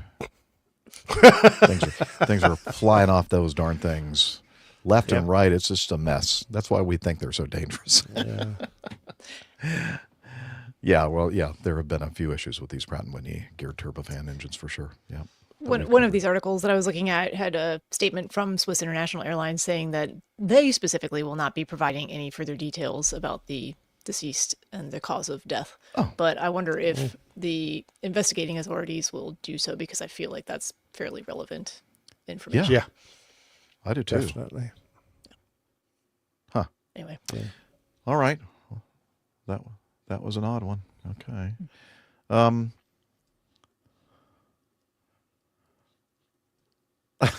Okay. Happy news. Yeah, sort of, and it's one that I'm going to make a lot of fun of as well. So I'm happy to cover this next one.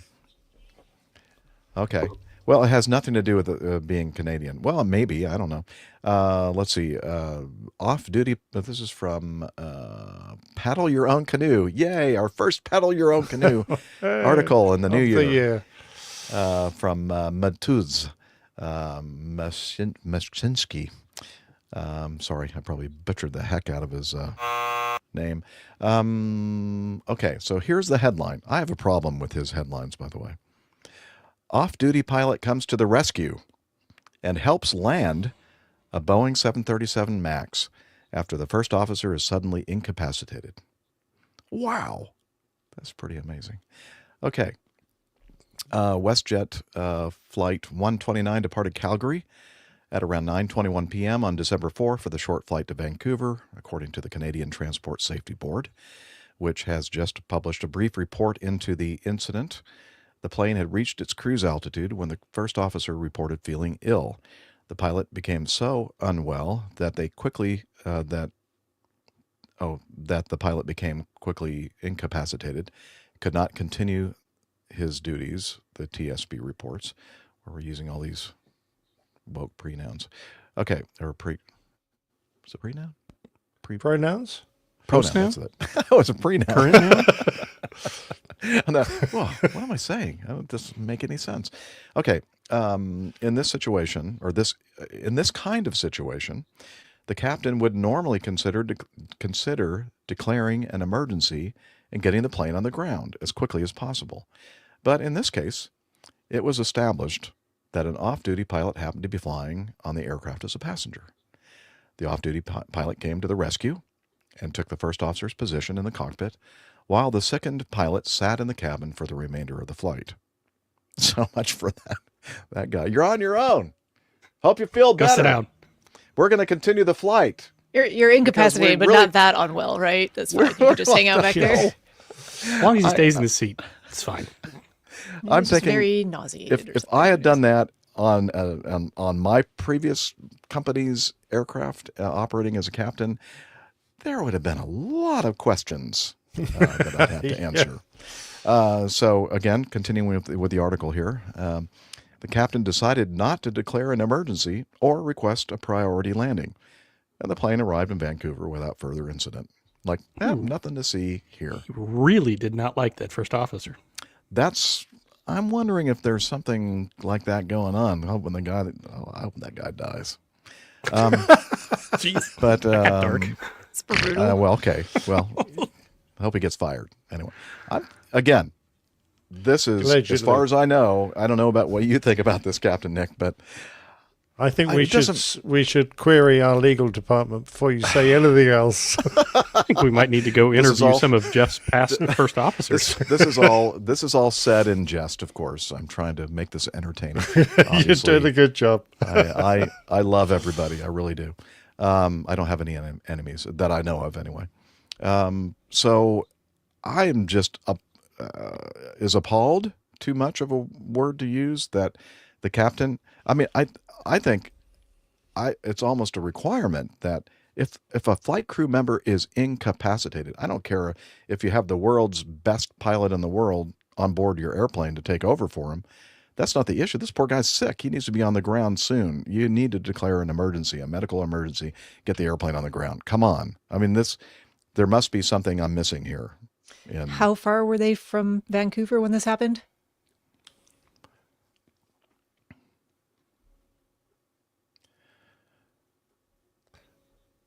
Okay, well, they said the plane had reached its cruise altitude. Now, it doesn't say exact. Masseuse doesn't say, or not.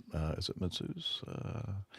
Yeah, Matuz doesn't say exactly where, but I'm just, in my mind, I'm thinking maybe they leveled off. They're at cruise altitude, and then all of a sudden he feels sick. But you're right. It could be that the way that this is being reported is kind of overlooking the fact that, we were already starting our descent, or we were getting close to descent point. It wouldn't make sense to divert to anywhere else.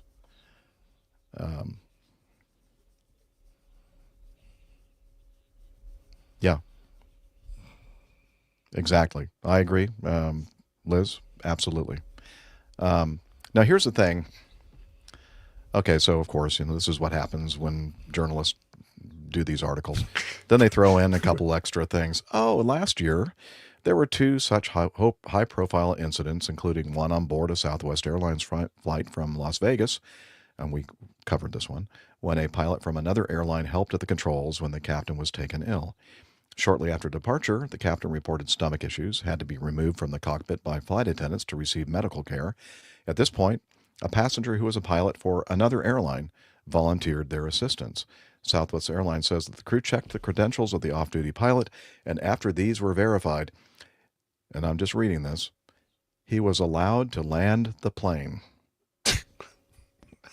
Get your hands off the controls. All right, that's Don't not touch what those. happened.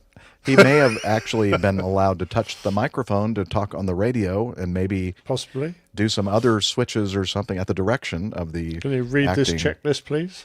He was allowed to remain on the plane while they landed. Yeah, he was. I'm thinking, come on, people, you should. And okay.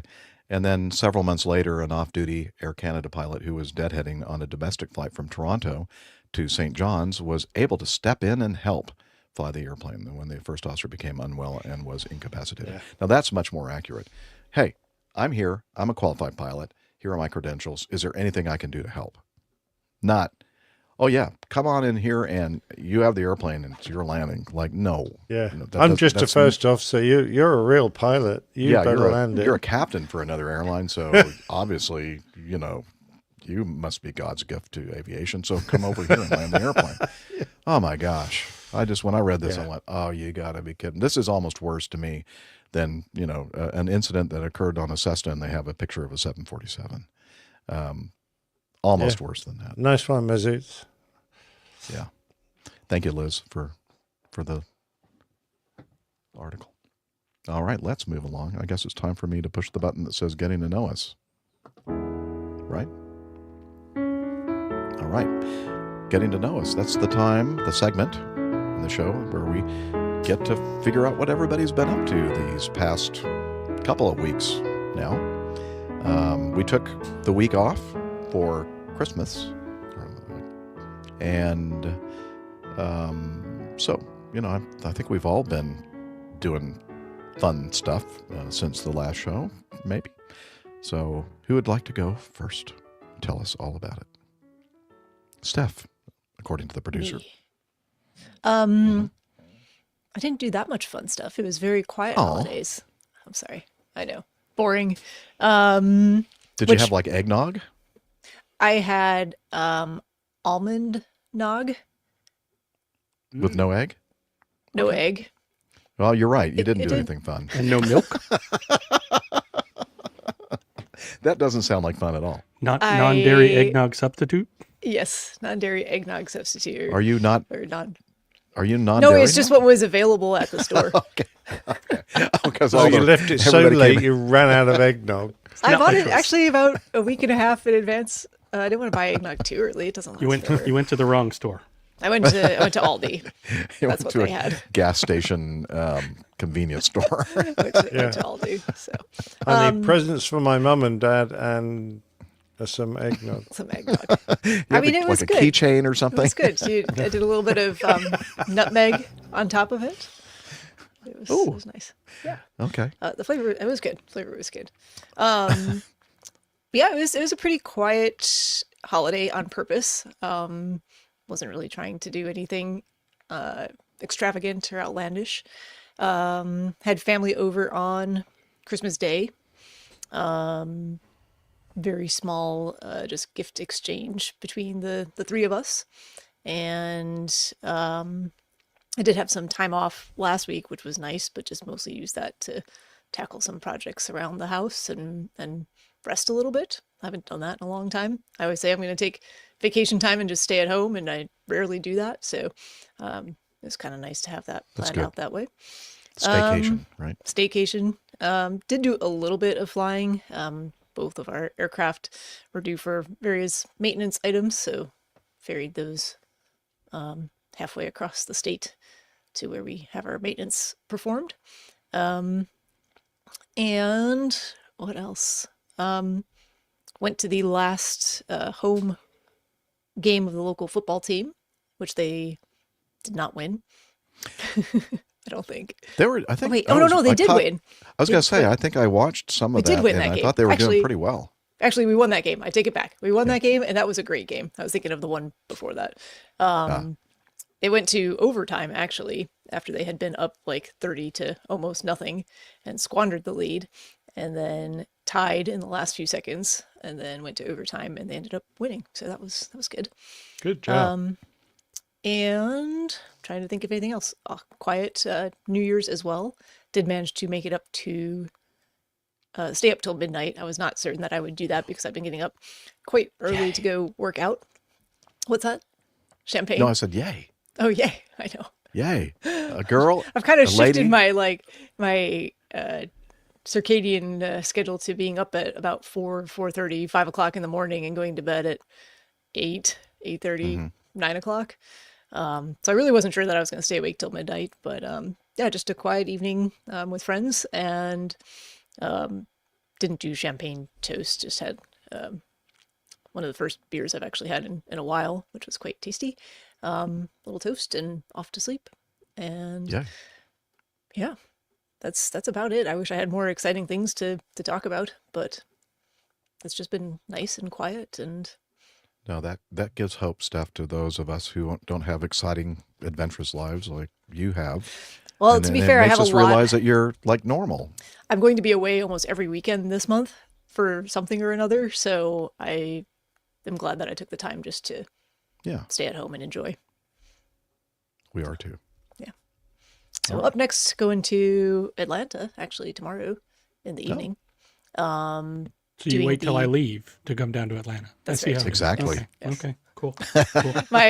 One of my oldest friends, actually from med school, who I've done quite a bit of running and racing with. We're doing the Atlanta Track Club's Peachtree Polar Opposite. So it's the Peachtree Road Race, but run in reverse.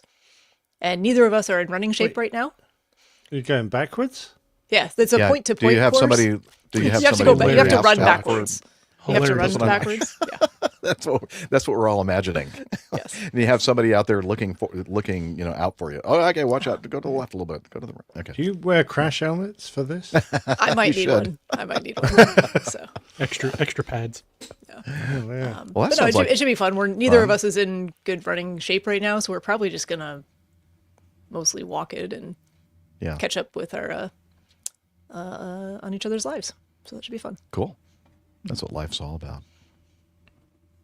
All right. Cool. Very good. AJ, yeah. What?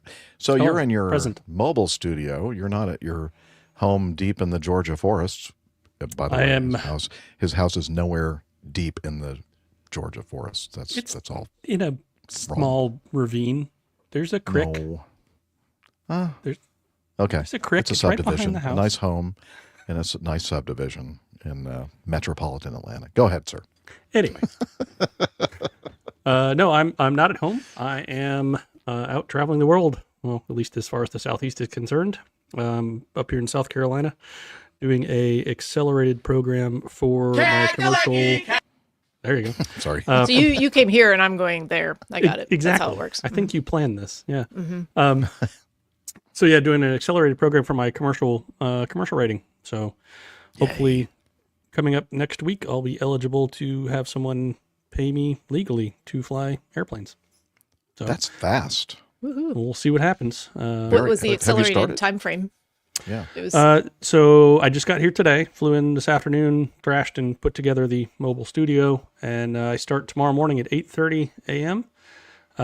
And 3 straight days, so Friday, Saturday, Sunday of Just sounds like maneuvers about and sounds like about 10 hours a day minus lunch break and whatnot, but a 10-hour day, give or take. Half mornings in the sim and real airplanes in the afternoon. Just do that over and over and get everything check ride ready, and then get a day off on Monday, and check ride is scheduled for Tuesday. So that's fast. Yeah. What aircraft are you flying? I'm flying a 172. Oh, but it does have the Super Hawk conversion, so it has 180 horsepower. Yes. No. Hey, you know what? Fancy 172. Listen, if you're going to fly a 172, 180 horsepower is nice. Especially an old 172 that's very, very light with the big engine, because on the way here, I have a picture of it. A blistering 152 knots across the ground. Yeah. It's nothing. How big was the tailwind? That's not important. Charleston. I knew better than to ask. Charleston actually asked me, and they're like, these two questions honestly came back to back. Just want to confirm you're a 172? Yes. What are the winds aloft? A lot. 75. So flew out today, super smooth flight, was gorgeous until I got to Charleston. Within about 6 miles of the airport, all of a sudden I started experiencing some light chop. Sorry, Delta. But enjoyed it. Enjoyed the flight over. Got all settled in, I did the mystery rental car, which is always an adventure in and of itself. It's What'd the you get? cheapest option. And they gave me a Dodge Ram 1500. So nice. Rolling that's in nice. perfect Charleston style. Yeah. Did not find any beer in the bed, though. I was a little bit disappointed by that. You're The talking, last just to guy- clarify, the bed of the truck, right? Correct. Not the bed Yes. of your hotel room. Okay. Neither place that I find beer. Oh. Unfortunately. That's sad. So that's up to that's today anyway. We'll see how the rest of the weekend goes, but excited for it and ready for some busy flying days. Hope the weather looks actually it's going to be pretty nice. It gets a little bit windier towards the end of the weekend, but we'll see how that goes. Too. Yeah, the airplane's got a heater. I'll be fine. At least my left That's leg true. anyway. And then other than that, Christmas was fantastic. Got to spoil the crap out of my kids. So they got, Jeff has seen they already have way too much stuff, and they got again way too much more stuff. So they're They deserve it. They're good kids. Covered up. Yeah, thanks. At least when you're around, anyway. Yeah, I know. I've only seen a little brief. But yeah, so that and got to do a little bit of flying just before Christmas with a friend. Did some approaches to stay current and proficient and all that. Otherwise relatively quiet. Very good. Quiet is good. Unless it's too most quiet. of the time. Unless you're in a single engine airplane. Yeah. There's the two places, in an airplane or in my house with my children. If it gets quiet, bad. Something's wrong. Very bad. Nice one. Call the police. All right. Very good. And great to have you on with us, AJ. Thanks for taking the time, especially for this important training that you're going to be going through. And we wish you the best success, and we definitely look forward to hearing the successful outcome from it. Enjoy those 8s on the that. pylons. Yeah, pylons on the 8. Is that what they call that? 8s on pylons. That and my that's World War I evasive maneuvers. Excited for that too. Yes. Enjoy. What? Shondells. Shondells were okay. Yeah. Lazy Weren't they backup singers for somebody? I think so. It was I think it was in a like whole, the 60s. Yeah. I think that was the band name though. Yeah. The Shondells. Yeah. Spelled Yeah. I think it was spelled different. Yeah, same thing. But who's counting? Yeah, Captain Nick, what have you been up to, sir? Have you did you have anything going on since the last show, like maybe Christmas? Oh, well, I think everybody had that. You may not have celebrated it, but we all had to experience it one way or another. We had a great time, the whole family around, and we drank lots. Went down the pub for lunch, which was fabulous. They put on a really good Christmas lunch for us, and opened all our presents, all that kind of stuff, which was really nice. Thoroughly enjoyed that. In fact, I'm wearing my Ugg boots, my brand new Ugg boots right now. Ugg. Yeah, indeed. And they are roasty toasty. In fact, I've had to take them off a while ago, give my feet a bit of a break. They're too warm. Yeah, absolutely. Since Christmas, the weather has been pretty foul here. We've had, a lot of wind, some, storms go through, and lots of rainfall. But today, at least, was nice and clear and bright, if a bit chilly. But there you go. That's the new year.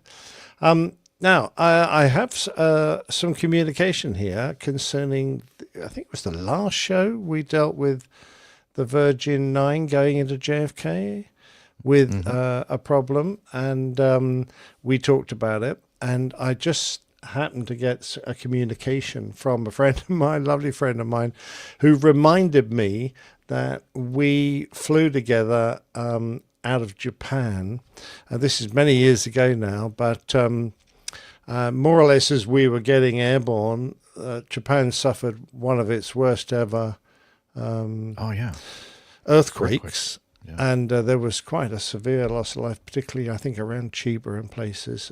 As we departed and didn't think any the more of it, but on the departure, we were told that we had to turn off all the live updates for news and things because they didn't want distressed passengers finding out that there had been a disaster in Japan until after we'd landed at Heathrow, when they could at least then speak to their loved ones and find out what was going on, because no one really knew what was going on. But that had been quite an interesting, quite a traumatic flight, really, for us all, because we knew what had happened, and we had lots of Japanese cabin crew on board who dealt with it amazingly well, considering they had loved ones in Japan, didn't know how they were.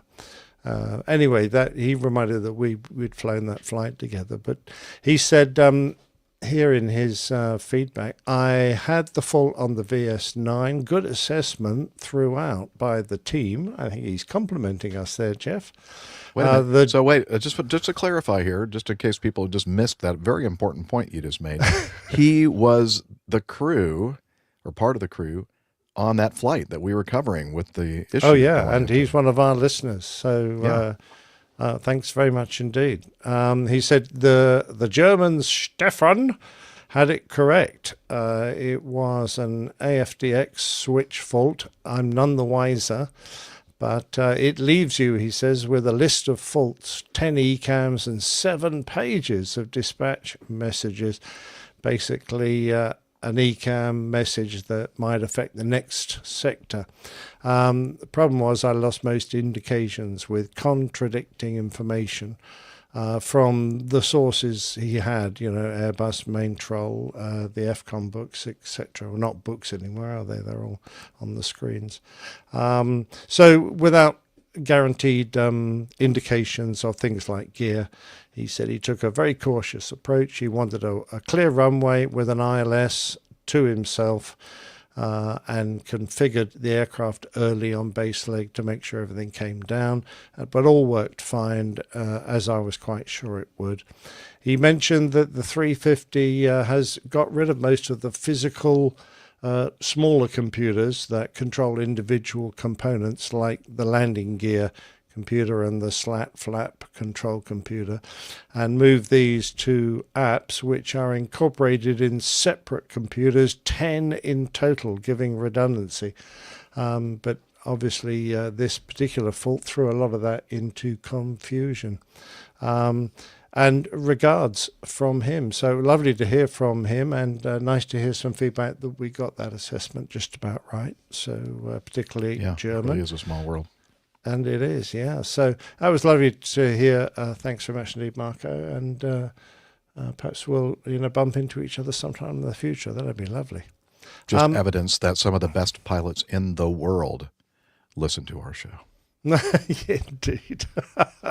I did mention how calm and cool they all sounded on the radio, but yeah. Then there's the artwork from last week. So we had lots of excellent suggestions. Like we were mainly concerning ourselves with pigs who were making very, very noxious smells on a KLM flight. So we had emergency evacuation, bean counters, pigs and pilots. Can. That was a good one because, of course, pigs needed the can, I think. Pigs in Bermuda shorts. Wait a minute, blah. Pigs and pilots, isn't that the same thing? Redundant. Speak for yourself. So what we ended up with was a line of pigs in Bermuda shorts doing the can in front of lots of cans, and obviously they're dancing in the results of their pig emergency evacuations. Yes, yeah. Happy, very Okay. happy, as Thank you, pigs are Liz. when they're yeah, exactly. Now if you look quite closely behind the word Bermuda, you'll kind of that's behind Porcine Bermuda, you can see the show logo. So it's there Very on nice. the back wall, but if you want to find the number, it's a little harder. So on the shorts, wow. it's part of the woven into part of the detail. We got a 6. I'm concerned about on what the part of the left hand. shorts I'm staring at there. To see. Yeah, Don't I know. stare too long. They're little piggies, don't worry. Okay. And then 2 4s. Didn't know you're into pigs. Stuff. Yeah, they were woven in around the flowers on the Bermuda shorts. So that's where the numbers were. I never found those. Ah, of course, well, I wasn't staring at their You crotches. weren't trying hard enough, obviously. Yeah. Nice, as always. Excellent. Well, very well. So that done. was a bit of fun. I hope we get some good suggestions this week. Yeah, me too. And by the way, the porcine Bermuda evacuation, we all understand porcine, yeah? Yeah, porcine or porcine. Porcine? Is, porcine, yeah, you could pronounce related it porcine. to Porcini. Don't think there's any connection there, except for they use a lot of the same letters. But thank you, Liz. My piggy bank had both. Oh, I see. Ah, very clever. Yeah, very good. Very perceptive as well. Okay. Good job. Thanks, everyone. Yeah, you. Good job. Christmas tide. It's the 9th day of Christmas? No, still Christmas, people. What is it? 9 ladies dance? No, 9 lords a leaping. What is it? What is the 9th? I don't know. Anyway, 10 lords a leaping. 10 lords. So 9 ladies something. dancing. Ladies dancing. There we go. All right. So I was very busy during the Christmas season, which we're still in, but especially the Christmas vigil, the Christmas Eve, and of course Christmas Day. Sang a bunch, and got to spend time with my good friends at the church.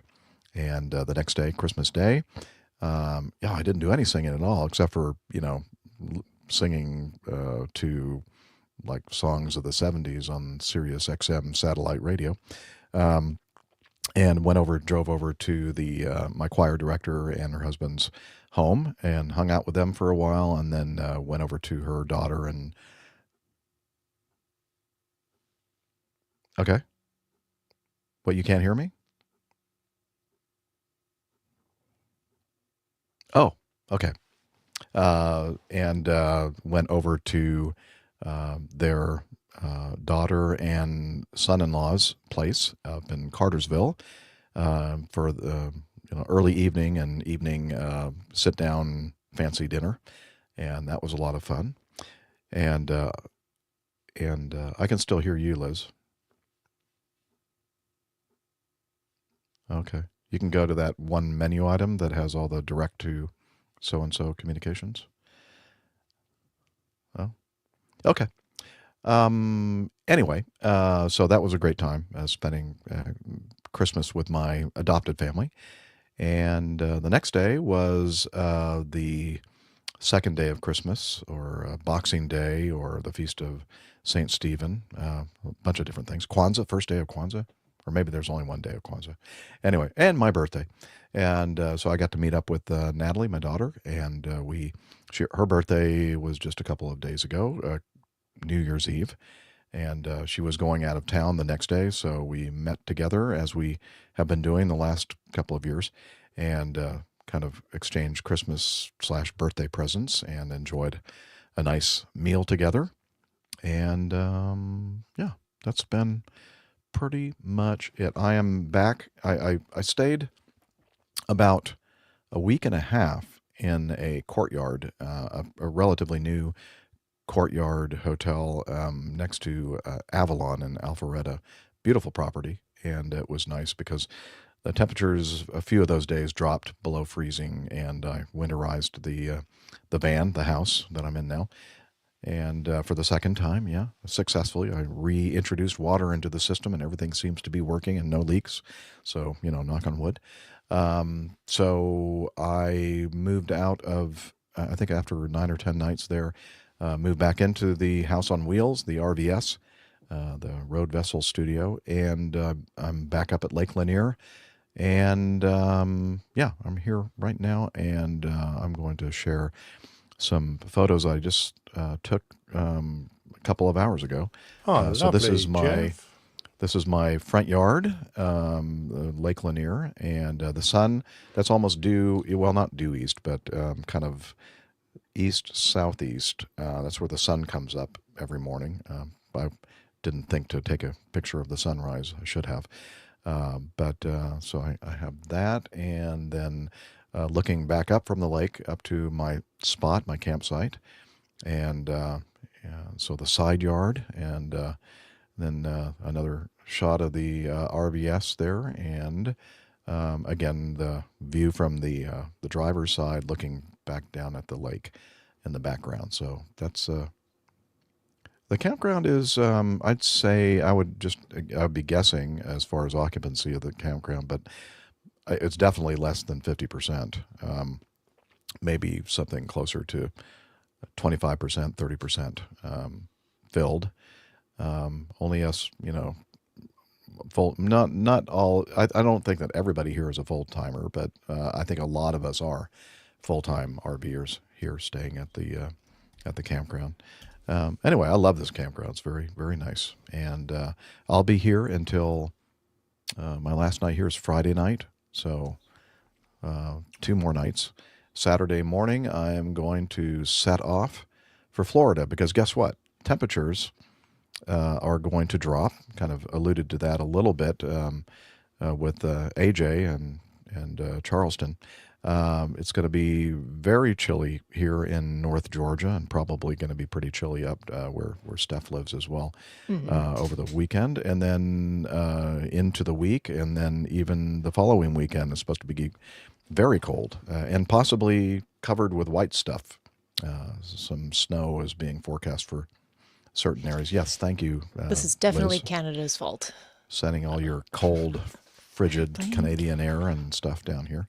But I'm getting tired of winterizing the road vessel studio, and I decided, well, I'm not going to stick around. I'm going to head south. I'm heading down to Florida, and going to be there probably for the next couple of weeks at least, and just kind of see what happens with the temperatures. And I do have to go very far south, Liz, but I'm going to be working my way down. Initially, I'm just going to actually not even make it to Florida. My first night on Saturday night, I'm going to be just off of Interstate 75 at, I don't know if Carol's a guy or a girl, but he has a sausage. Carol's Sausage, it's a sausage company. So they have all kinds of delectable meats and other items available for sale. And they also allow for people that are Harvest Host members, like myself, to spend the night at their facility. Yeah, thanks. I haul boxes. Florida man in a van, and I'm not quite Florida man, but thank you for those nice thoughts. Florida, just for people that don't know, I mean, what is that kind of meme? Is Florida man is kind of like a crazy. Florida man is not very intelligent and makes less intelligent decisions. Thank you. Yep, that's me. Anyway, generally resulting in some sort of humorous headline. Yeah, it's kind of a derogatory. Yes. Tim Van Ram says we have a Mexican forecast. Chili today, hot tamale. Oh, that really deserves one of these if I can find it.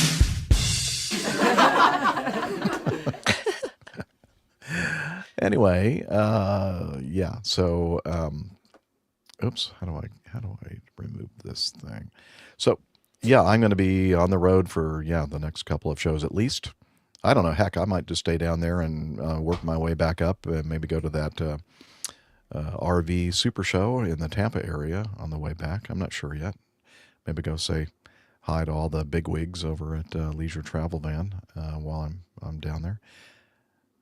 Yeah. So that's what I've been up to and what I'm going to be up to in the next couple of weeks. But don't you worry, or don't blame me, but we are going to keep doing the show. It's obvious, or it's a mobile studio, so that's why we call it the Road Vessel Studio. I'll be with my studio everywhere I go, and hopefully we'll have some good internet connection, or I will at least, and we'll continue to do the show, and I'll fill you in what my travels have resulted in or yielded.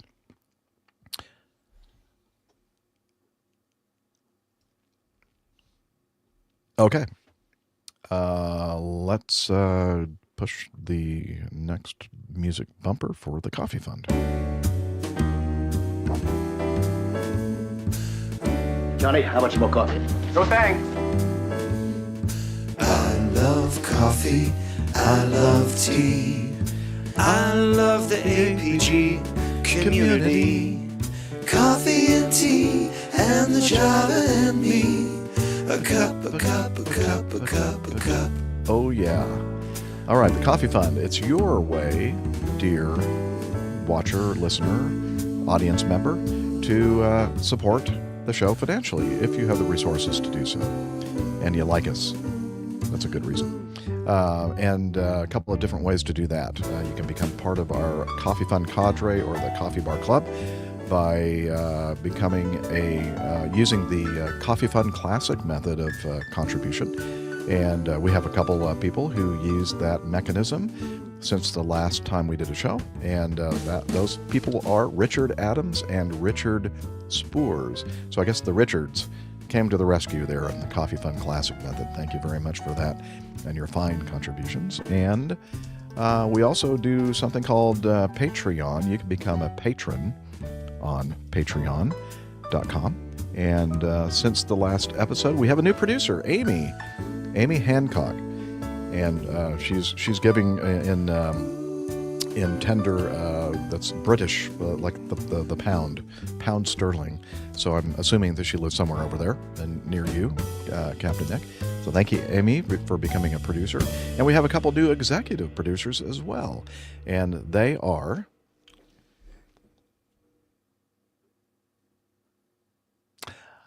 John Johnson and Daniel Sage. Again, two new executive producers.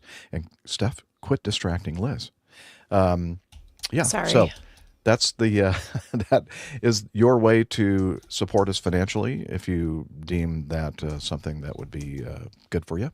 And we would certainly appreciate it if you considered it. So that's it. airlinepilotguy.com/coffee. You can find more about it there. Okay. I don't know what I'm saying anymore. I'm just blabbing away. What, 2 hours, really? Ugh. Okay. Let's then hit the feedback bumper.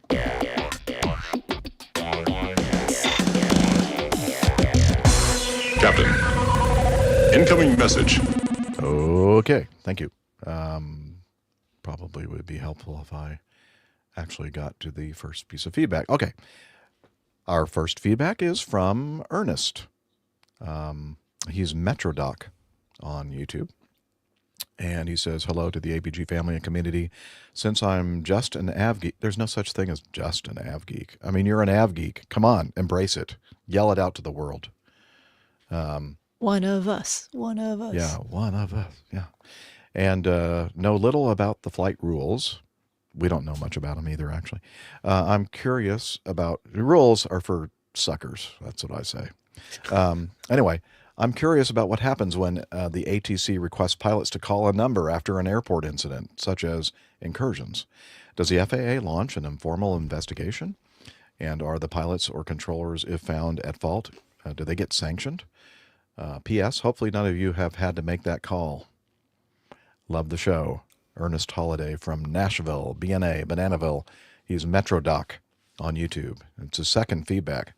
Second feedback for MetroDoc. All right, we got it. We're keeping score. So thank you, Ernest. And I guess I'm going to have to just talk briefly. I did when I started podcasting, my aviation podcast show, it was entitled Catholic Pilot. And I believe I discussed it on one of the very last Catholic Pilot episodes that I did. And you're saying, what is it you discussed, Jeff? Well, I discussed an incident in which I was flying the Mad Dog from Washington National to Atlanta, Georgia, Atlanta International. And let's see, what was significant about that flight? Really, really crappy weather. Very, very low ceilings. Lots of wind, especially just above the surface. The winds basically shift. Yes, I am making it. No, I'm giving reasons. Yeah, not excuses. And so it was a dark and stormy night. I mean, literally taking off on Nationals runway 1. Those of you who are av geeks or professional pilots know that you have to turn pretty quickly after you take off from runway 1 because you're kind of pointed right at some sensitive areas of the United States of America. It's called, what is it called? Restricted? No, it's called prohibited area. It's worse than a restricted area. It's called prohibited area 56, and P56. That's the area that surrounds the nation's capital, the Congress building, the White House, all those things, Washington Monument. Oh yeah, and I forgot to add, also had the CEO at the time of my airline on board the aircraft, just to add a little bit of stress to the whole situation. And there was, again, I go into a lot more detail about it in the episode and I'll try to remember to put a link in there for you to listen to me kind of go over the whole situation. But I allegedly entered into the prohibited area. By the way, they don't shoot you down. I'm evidence of that. If indeed I actually did, if I did actually enter the prohibited area, it was just by a little smidge. No. Too soon, Liz. So I basically what happened is it took off, and then the winds shifted very significantly, like almost 180 degrees, and had a very strong, what do they call it, nor'easter kind of weather up there. For those of you living up there on the eastern seaboard, you know what I'm talking about. And and there was also all the darn what do you call them again, the Funyuns aligned that evening, and it turns out that there was a new engine out procedure that had just been issued just a few days beforehand, and I remember my first officer briefing it, and it was his leg. So it wasn't my fault. And I was kind of going like, what is he talking about? I don't really understand what he's talking about.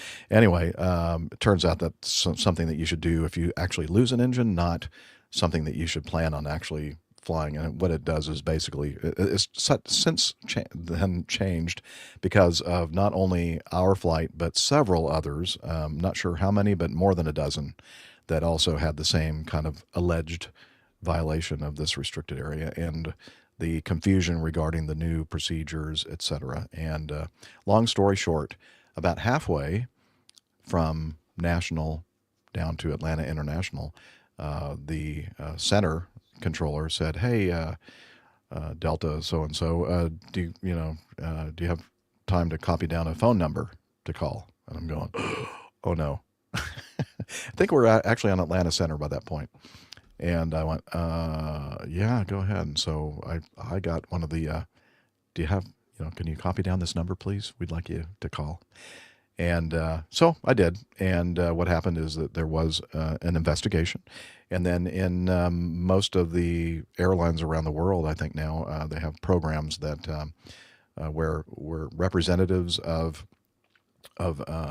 your pilot union, representatives of the company representing pilots, and members of the FAA form a team to kind of look through these occurrences to see what people can learn from them, and if extra training is required or something, and then they determine whether or not something was definitely violated, and it turns out, in my case, after 2 weeks of vacation, but let me tell you what, even though I was off the flying schedule for 2 weeks, it didn't mean I was out there on the beach relaxing and drinking pina coladas. I was thinking, what's going to happen here? Like, I'm in big trouble maybe.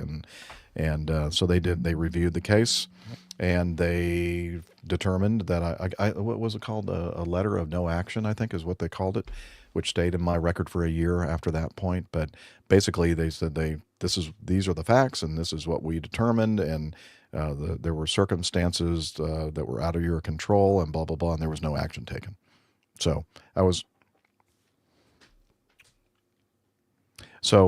when I called that number, I was talking with somebody from, I think it was somebody in air traffic control in Atlanta, and I'm not sure if it was Center.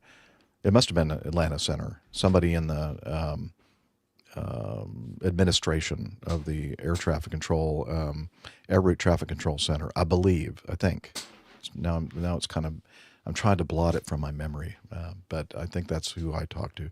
And then, of course, when we got downstairs into the pilot lounge after completing our flight, the pilot chief pilot office already had received notification that there was a possible issue going on with our flight and the crew and everything else.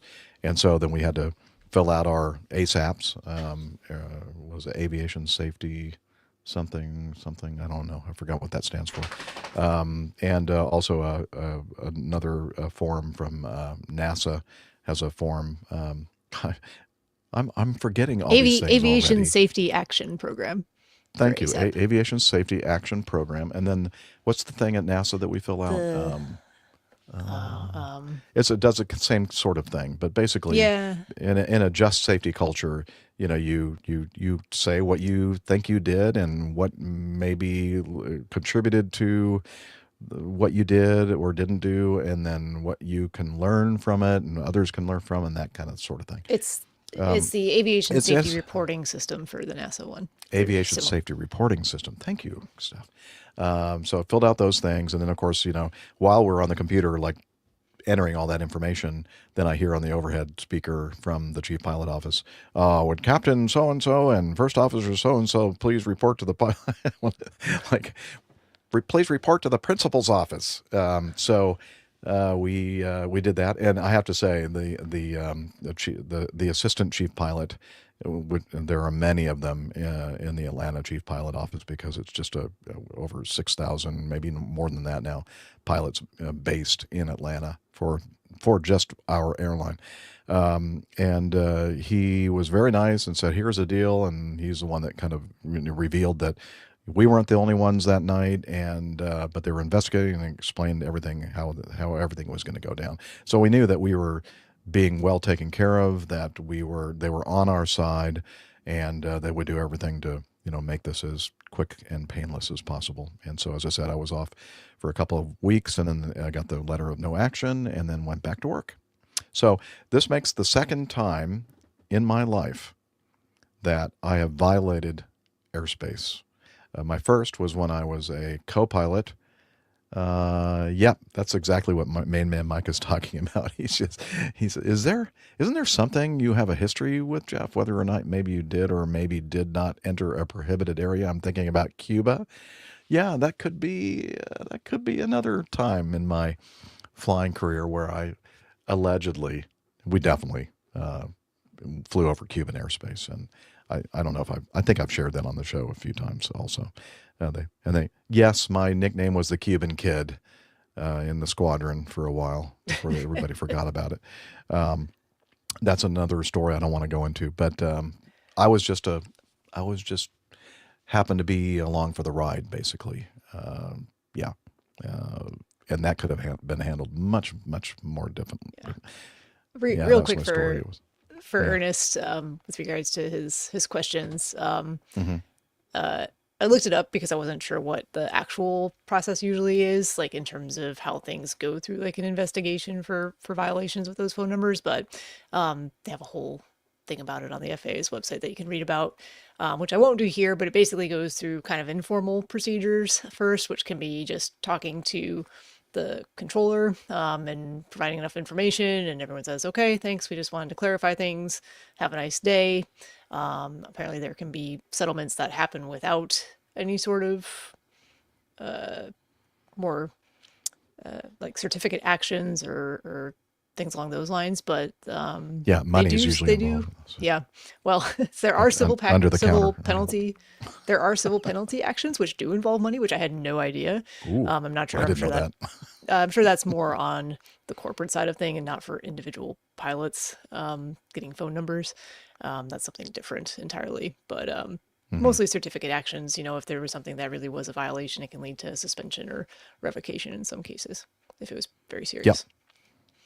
Yeah. So basically, the FAA is investigating whether or not to take your certificate away from you, which means that if I don't have my airline transport pilot certificate, I ain't going to be working much longer for that airline, and I'm not going to be making money. So I got to figure out something else to do. So it was kind of a stressful period for me, for sure. And again, had no idea. I felt like I was a little close to the boundaries, but I didn't think that we got anywhere like over the line kind of thing in Washington, D.C. But apparently the track showed otherwise. And then there was all these other factors involved. And that's why in I think every situation, the FAA said no action.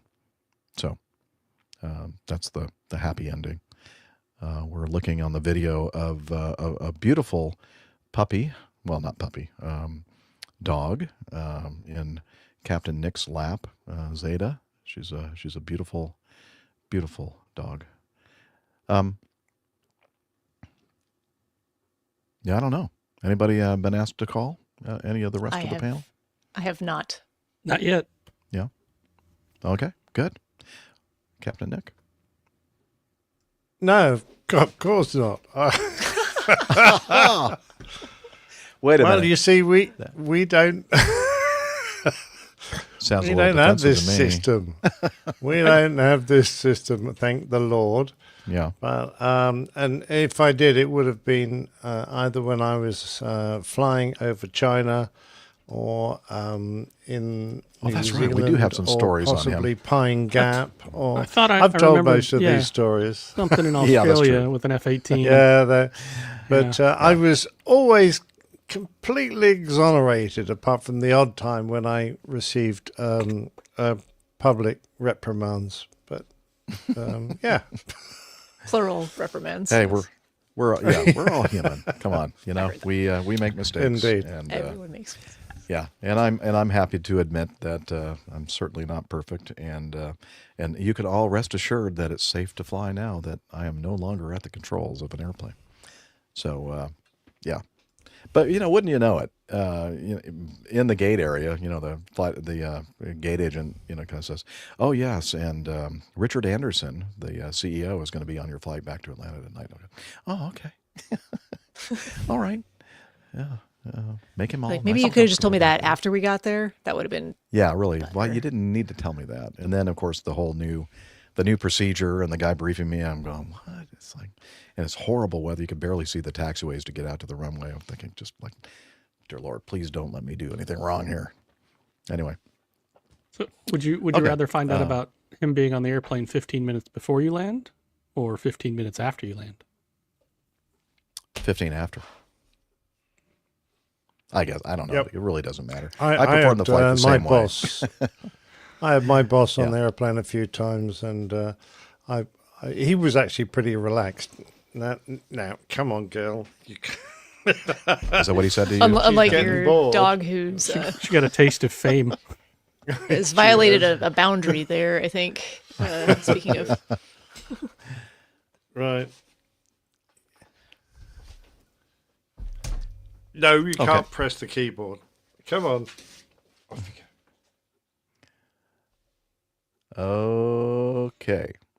Yeah, this piece of feedback is from Tim. By the way, before we move on, thank you, Ernest, for asking the question. And again, as far as general aviation is concerned, I'm not sure if it's much different or extremely different, kind of a process and result from the investigation, that kind of thing. But I would assume that it's very, very similar. Similar. We don't have a general aviation pilots union to help us out there, but Right. there are resources like AOPA if it's something serious. Yeah. Through the whole thing, I never felt like anybody was out to get me. In fact, I felt the opposite, that people were, genuinely concerned about my welfare and making sure that this would go, in a good way for myself and my co-pilot. So, yeah, and that's the way it worked out. Okay, we're going to jump to item number 7 from Tim Qualls. And he says, a few episodes back, as well as a few other times in the past, the discussion of flight sim pilots trying to fly a real airplane has come up. While I have to admit, I do imagine that the thought of being in that situation and successfully landing the plane, as well as any full-time pilot, is a fun fantasy. I think I read that wrong.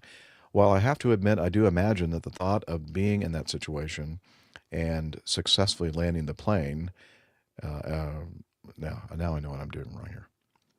While I have to admit, I do imagine that the thought of being in that situation and successfully landing the plane, as well as any full-time pilot, is a fun fantasy. The truth is that even though some of us sim pilots do go to great lengths to make our sims as realistic as possible, I'm afraid I have to come down on the side of most of us would never be successful at it, even if we are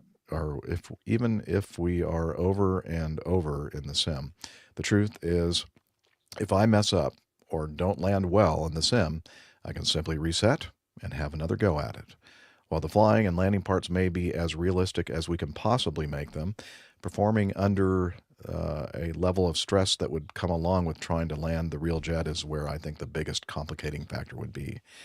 We've all seen professional pilots who make stress-related errors, and these are folks that are trained to perform the correct actions and have done so many, many times, by the way. So while it may be sacrilegious to the sim community to say it, I don't think most of us, if flight sim is our only experience, would be successful. Hopefully, we never have to find out. The second thing he mentions, you all have talked about the airports where ground and tower are on different frequencies. I'm wondering, when you're in a situation like that, did you do anything different? I know I hear about pilots having one frequency active and monitoring another. Is that something that's possible? I imagine it would be a lot of traffic to keep up with. And then the third thing is in one of the most recent episodes, the situation with the therapy dog on a Canadian flight came up. My mind, because it doesn't work in a straight line all the time, began to wander. Do airlines have a policy for what happens if there's an emergency where the slides are being used? I hope the question doesn't sound as flippant as it seems to be. I assume that most airlines do want to get everyone, including service animals, off safely, but it does seem like they could pose an issue with the chutes. Keep up the great podcasts. It's the only one I have to listen to each week. Thanks, Tim. Otherwise, I feel like I've missed hearing from people I enjoy so much. Thanks for all you do for those of us who love aviation from the ground. Tim Qualls. All right, some great questions from Tim. Yeah. Yeah. What do you think? We've discussed this before on the show. The flight simulator expert thinks that they can just step into the cockpit and land the plane without any issues. I think he makes a very good point. You may understand the mechanics of flying the airplane, but things have a habit, even with very experienced pilots, of when you make a small mistake and you don't quite pick it up straight away because you're not as familiar as a professional pilot who does it for his job,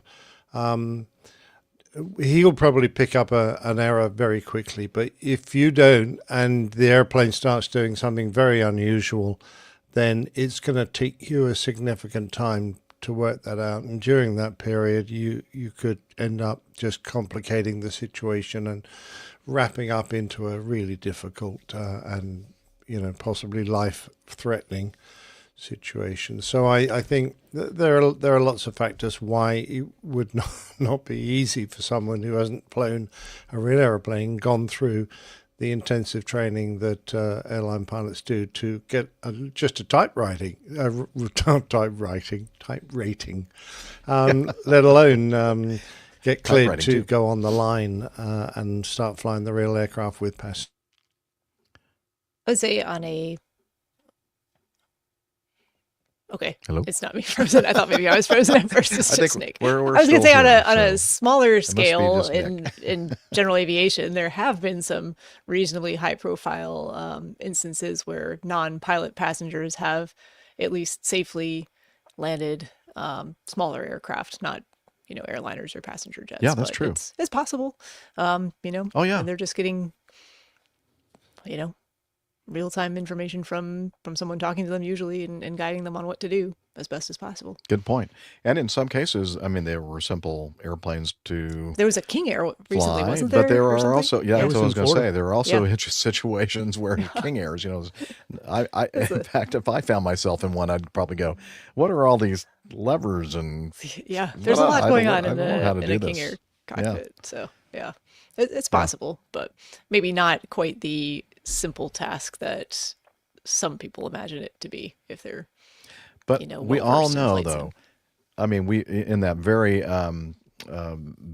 accurate documentary movie, Airplane! ! It's possible. And this guy wasn't. I mean, he was actually a pilot in some war, right? And he still had some trouble landing the airplane, but he did it successfully. So he wasn't a sim pilot. And He had followed on to actual, do it successfully on the moon. Mm-hmm.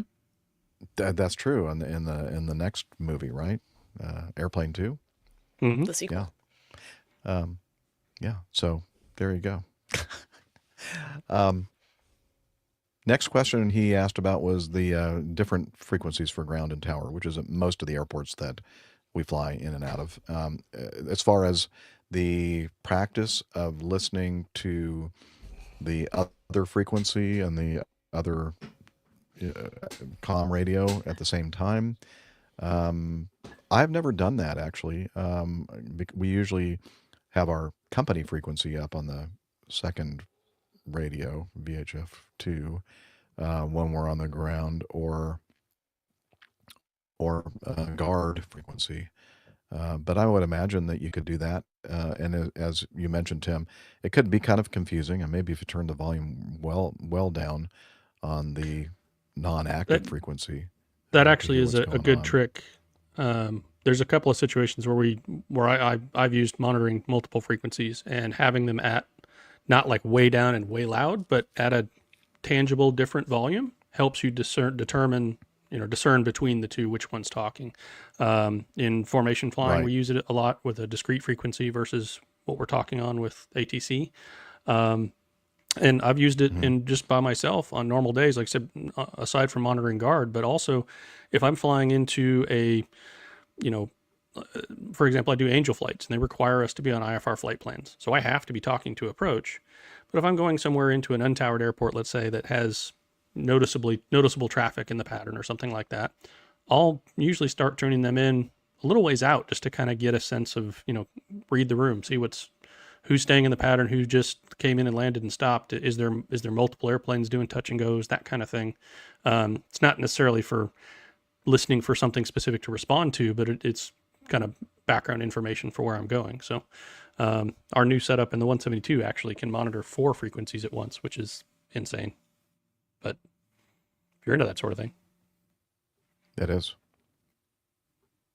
All right. What about you, Steph? Do you ever do that practice? Yeah, so along the same lines as what AJ was saying, either discrete frequency to talk to another, if we're flying multiple airplanes for jumpers on the same day, we'll use a discrete frequency to talk to each other. And then usually we have, we're talking to approach, and then also we have our CTAF for local traffic. So sometimes there's 3 frequencies that we're actively switching back and forth between. I've definitely never said something on the wrong frequency before. That never happens. No. Neither have I. Never once. Never once. No. None of that's us a have. great record, Steph. Well done. I know we have. It's also we have noticed neither one of us have ever gotten called, Yeah. gotten a phone number to call. So I wonder if these Never done a PA on the radio. tried to keep a straight face. No. But yeah, so along those same lines, I mean, there's I kind of feel like you're all ganging up on me here all of a sudden. I was just gonna say there's a reason why you have more than one, frequently have more than one radio available in the aircraft to tune to at least 2 frequencies. Yeah. Yeah, typically in my airline flying, once we were up and away and on our way, to where we're headed, the second radio was the guard, monitoring guard frequency, guard, Meow. where you can listen to people making meow sounds and doing stuff like guard and just really stupid juvenile things. Chewbacca is happening my on favorite. That. Yeah, that's another good one. Not amused at all, but I don't have to worry about it anymore. And then his third question was the therapy dog on the Canadian flight, and asking about. So let's see, they have a situation where they have to do an emergency evacuation, and you have the slides, and those inflatable slides can be sensitive to things like high heel shoes and maybe dog claws. Yeah, so I don't know. What do you think about that?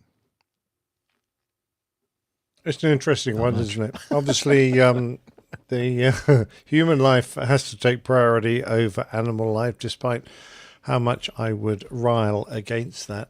And if you're trying to do a proper evacuation, 90 seconds to get a huge aeroplane emptied of people, anything like a confused or reluctant dog that, just stops in the middle of the aisle with its owner, and the owner's trying to move it on and it won't go. You're really going to have to put it to one side and let everyone else get off. And then if the owner wants to get off, fine. If they want to wrestle the dog off, that is also fine. But you do once you've got everyone else to safety. That would be sort of my feeling. But I don't know if any, I've never heard of any official policy, certainly in my airline. Nick, to ask a question about that. No. I was thinking about this, small dogs, little dogs that fit in your lap, or you can hold one thing. They can go down in your lap, sure. But if you have a larger service animal, you're thinking, like seeing eye dogs, stuff like that generally are a little bit bigger animals. If you have a dog that's nervous or hesitant, like you said, and doesn't want to go down, I think the only option would be have the person step aside with them, because I would feel like an uncontrolled, dog would be maybe worse of a risk. It might well be, and you'd have to let the cabin crew sort of use their judgment, depending on how the situation is unfolding. It's be very hard to write a set of rules for that. But if the owner wasn't prepared to leave the dog, then obviously both stay to one side. But the cabin crew would, I suspect, try to encourage the owner to get off and say, well, we'll look after the dog and we'll bring it with us when we come down, because usually the cabin crew are the last to leave their slide area. They don't go before the passengers have all gone past them. So I think you just have to play it by ear. I don't think you can write you'd have a whole entire manual just about how to deal with every situation the dog might get into. Well, and our audience our live audience is amazing. But here, let me put that up there again. Tim Van Ram comes in for the ringer at the end of the show. He says, when my wife takes one of our dogs to the park, the dog loves to go down the slides. She is hot with the kids. But then the dog might want to come back up the slide to have another go. Yeah, I think that there was a little typo there. She is a hit with the kids, I think, is oh, right. meant to Okay. type. And that was very helpful. Thank you, Tim, for that. Yeah. So some dogs love slides. Won't be a problem. There you go. Yep. Moral of the story. Okay. So before you take your dog in an Yeah. airplane, take it There to you the go. park. I mean, test it's on the slides. There you go. there you go. Hey, have you ever, wondered whether or not it was worth your time to listen to our show? This is information you're not going to get Now anywhere you know why. else. You have to. This is information. Yeah, that's so true. So true. And to find more information that you're not going to find anywhere else, head over to airlinepilotguy.com. That's our website. And lots of stuff there. Good stuff. You should check it out if you're All wondering kinds of what's there. things. And we're also on social. All kinds of things, internet, website related stuff. And we're also on the social medias or social This is where you media, can find the social stuff. things. all the social things. Facebook.com/airlinepilotguy. Yes. /airlinepilotguy. X. Not all of them. Maybe no longer formerly known as Twitter, because we all know it's X now. We are at APG Crew and find our individual. Do we still have to say that? I feel, well, it just still sounds weird. I don't know. Does anyone else think it just sounds weird? It doesn't sound like an app. Just me. All right, fine. Yeah. Find us there. We're at APG Crew. You can also find that same handle on Instagram, instagram.com/APG Crew. That's where Nick's wonderful show art is each week, and you can play the game of finding the logo and the show number. And also, if you would like to join this lovely live recording or watch previous episodes, the recordings of them, the video ones, you can head to youtube.com/@airlinepilotguy/streams. And as always, if that's just not enough, I encourage you to consider Slack. I mean, how could that not be enough? Oh, wow. I guess because we're so close, it's really loud. Hey, hello. Well, can you tell us about Slack, please? Okay, but I'm dripping wet. That's okay. Come on over here. Tell us all about it. APG listeners, please join us on our Slack team. Slack is a communication, coordination, and sharing platform that works on your mobile, laptop, or browser. On Slack, we share news and ideas, we suggest episode and Plain Tales topics, we plan events and meetups. To get into the Slack team, please email me at slack@airlinepilotguy.com. That's SLACK, Sierra Lima Alpha Charlie Kilo @airlinepilotguy.com, or send me a tweet with your preferred email address to @Hillel, and I'll send you an invitation. That's Hillel, spelled Hotel India 11 Echo 1, and see you in Slack. I need a towel. I got shampoo in my eyes. Ah, shoot. We I can't muted. hear. Dang it. Okay, hang on. Here we go. Well, does Take that two. mean Hillel couldn't hear you? No, he did. You guys could. Hang on. I need a towel. I got shampoo in my eyes. Okay. Just a few minutes. We're almost finished with the show. Yeah, he's always so needy. All right. And also, we'd like to thank our producer, Liz Piper, for all the work that she does behind the scenes. You're welcome. And you're awesome. We love you. And what a great way to start off 2025 with being with all my friends. All right. And All right. also, big thanks to our live audience that we've talked about several times on this show. You should really check it out sometime. I think you'll be glad you did. And let's see. AJ, thanks again for coming in with us and lending your expertise and fine commentary. And is there a way for people to... Both of those sound like a stretch. Well, of course, everything that we do here is.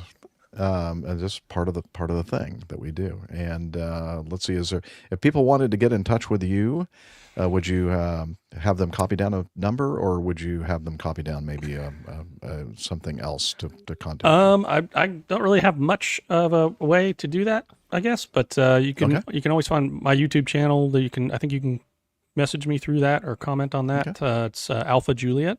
But not a whole lot on there, so don't get too excited about it being a YouTube channel. But otherwise, I'm sure they can. You guys would pass along a message if they wanted to write in. Absolutely. For you sure. need to contact AJ or give him some kind of information. Just send it to us. Tell me how stupid that last thing I said was. Oh, hey, I spent the whole show saying stupid things, so it's not a big problem at all. And good luck on your training this week. Thank you. Absolutely. It's going to be a busy weekend. All right. And I guess only one more thing to say, really, and that is wishing you all clear skies, unlimited visibility, and tailwinds. Talents, Douglas. Cheers, y'all. Bye, everybody. See you next time. Okay, let's say goodbye again, AJ. See ya. All right. And then I think we got See you next time.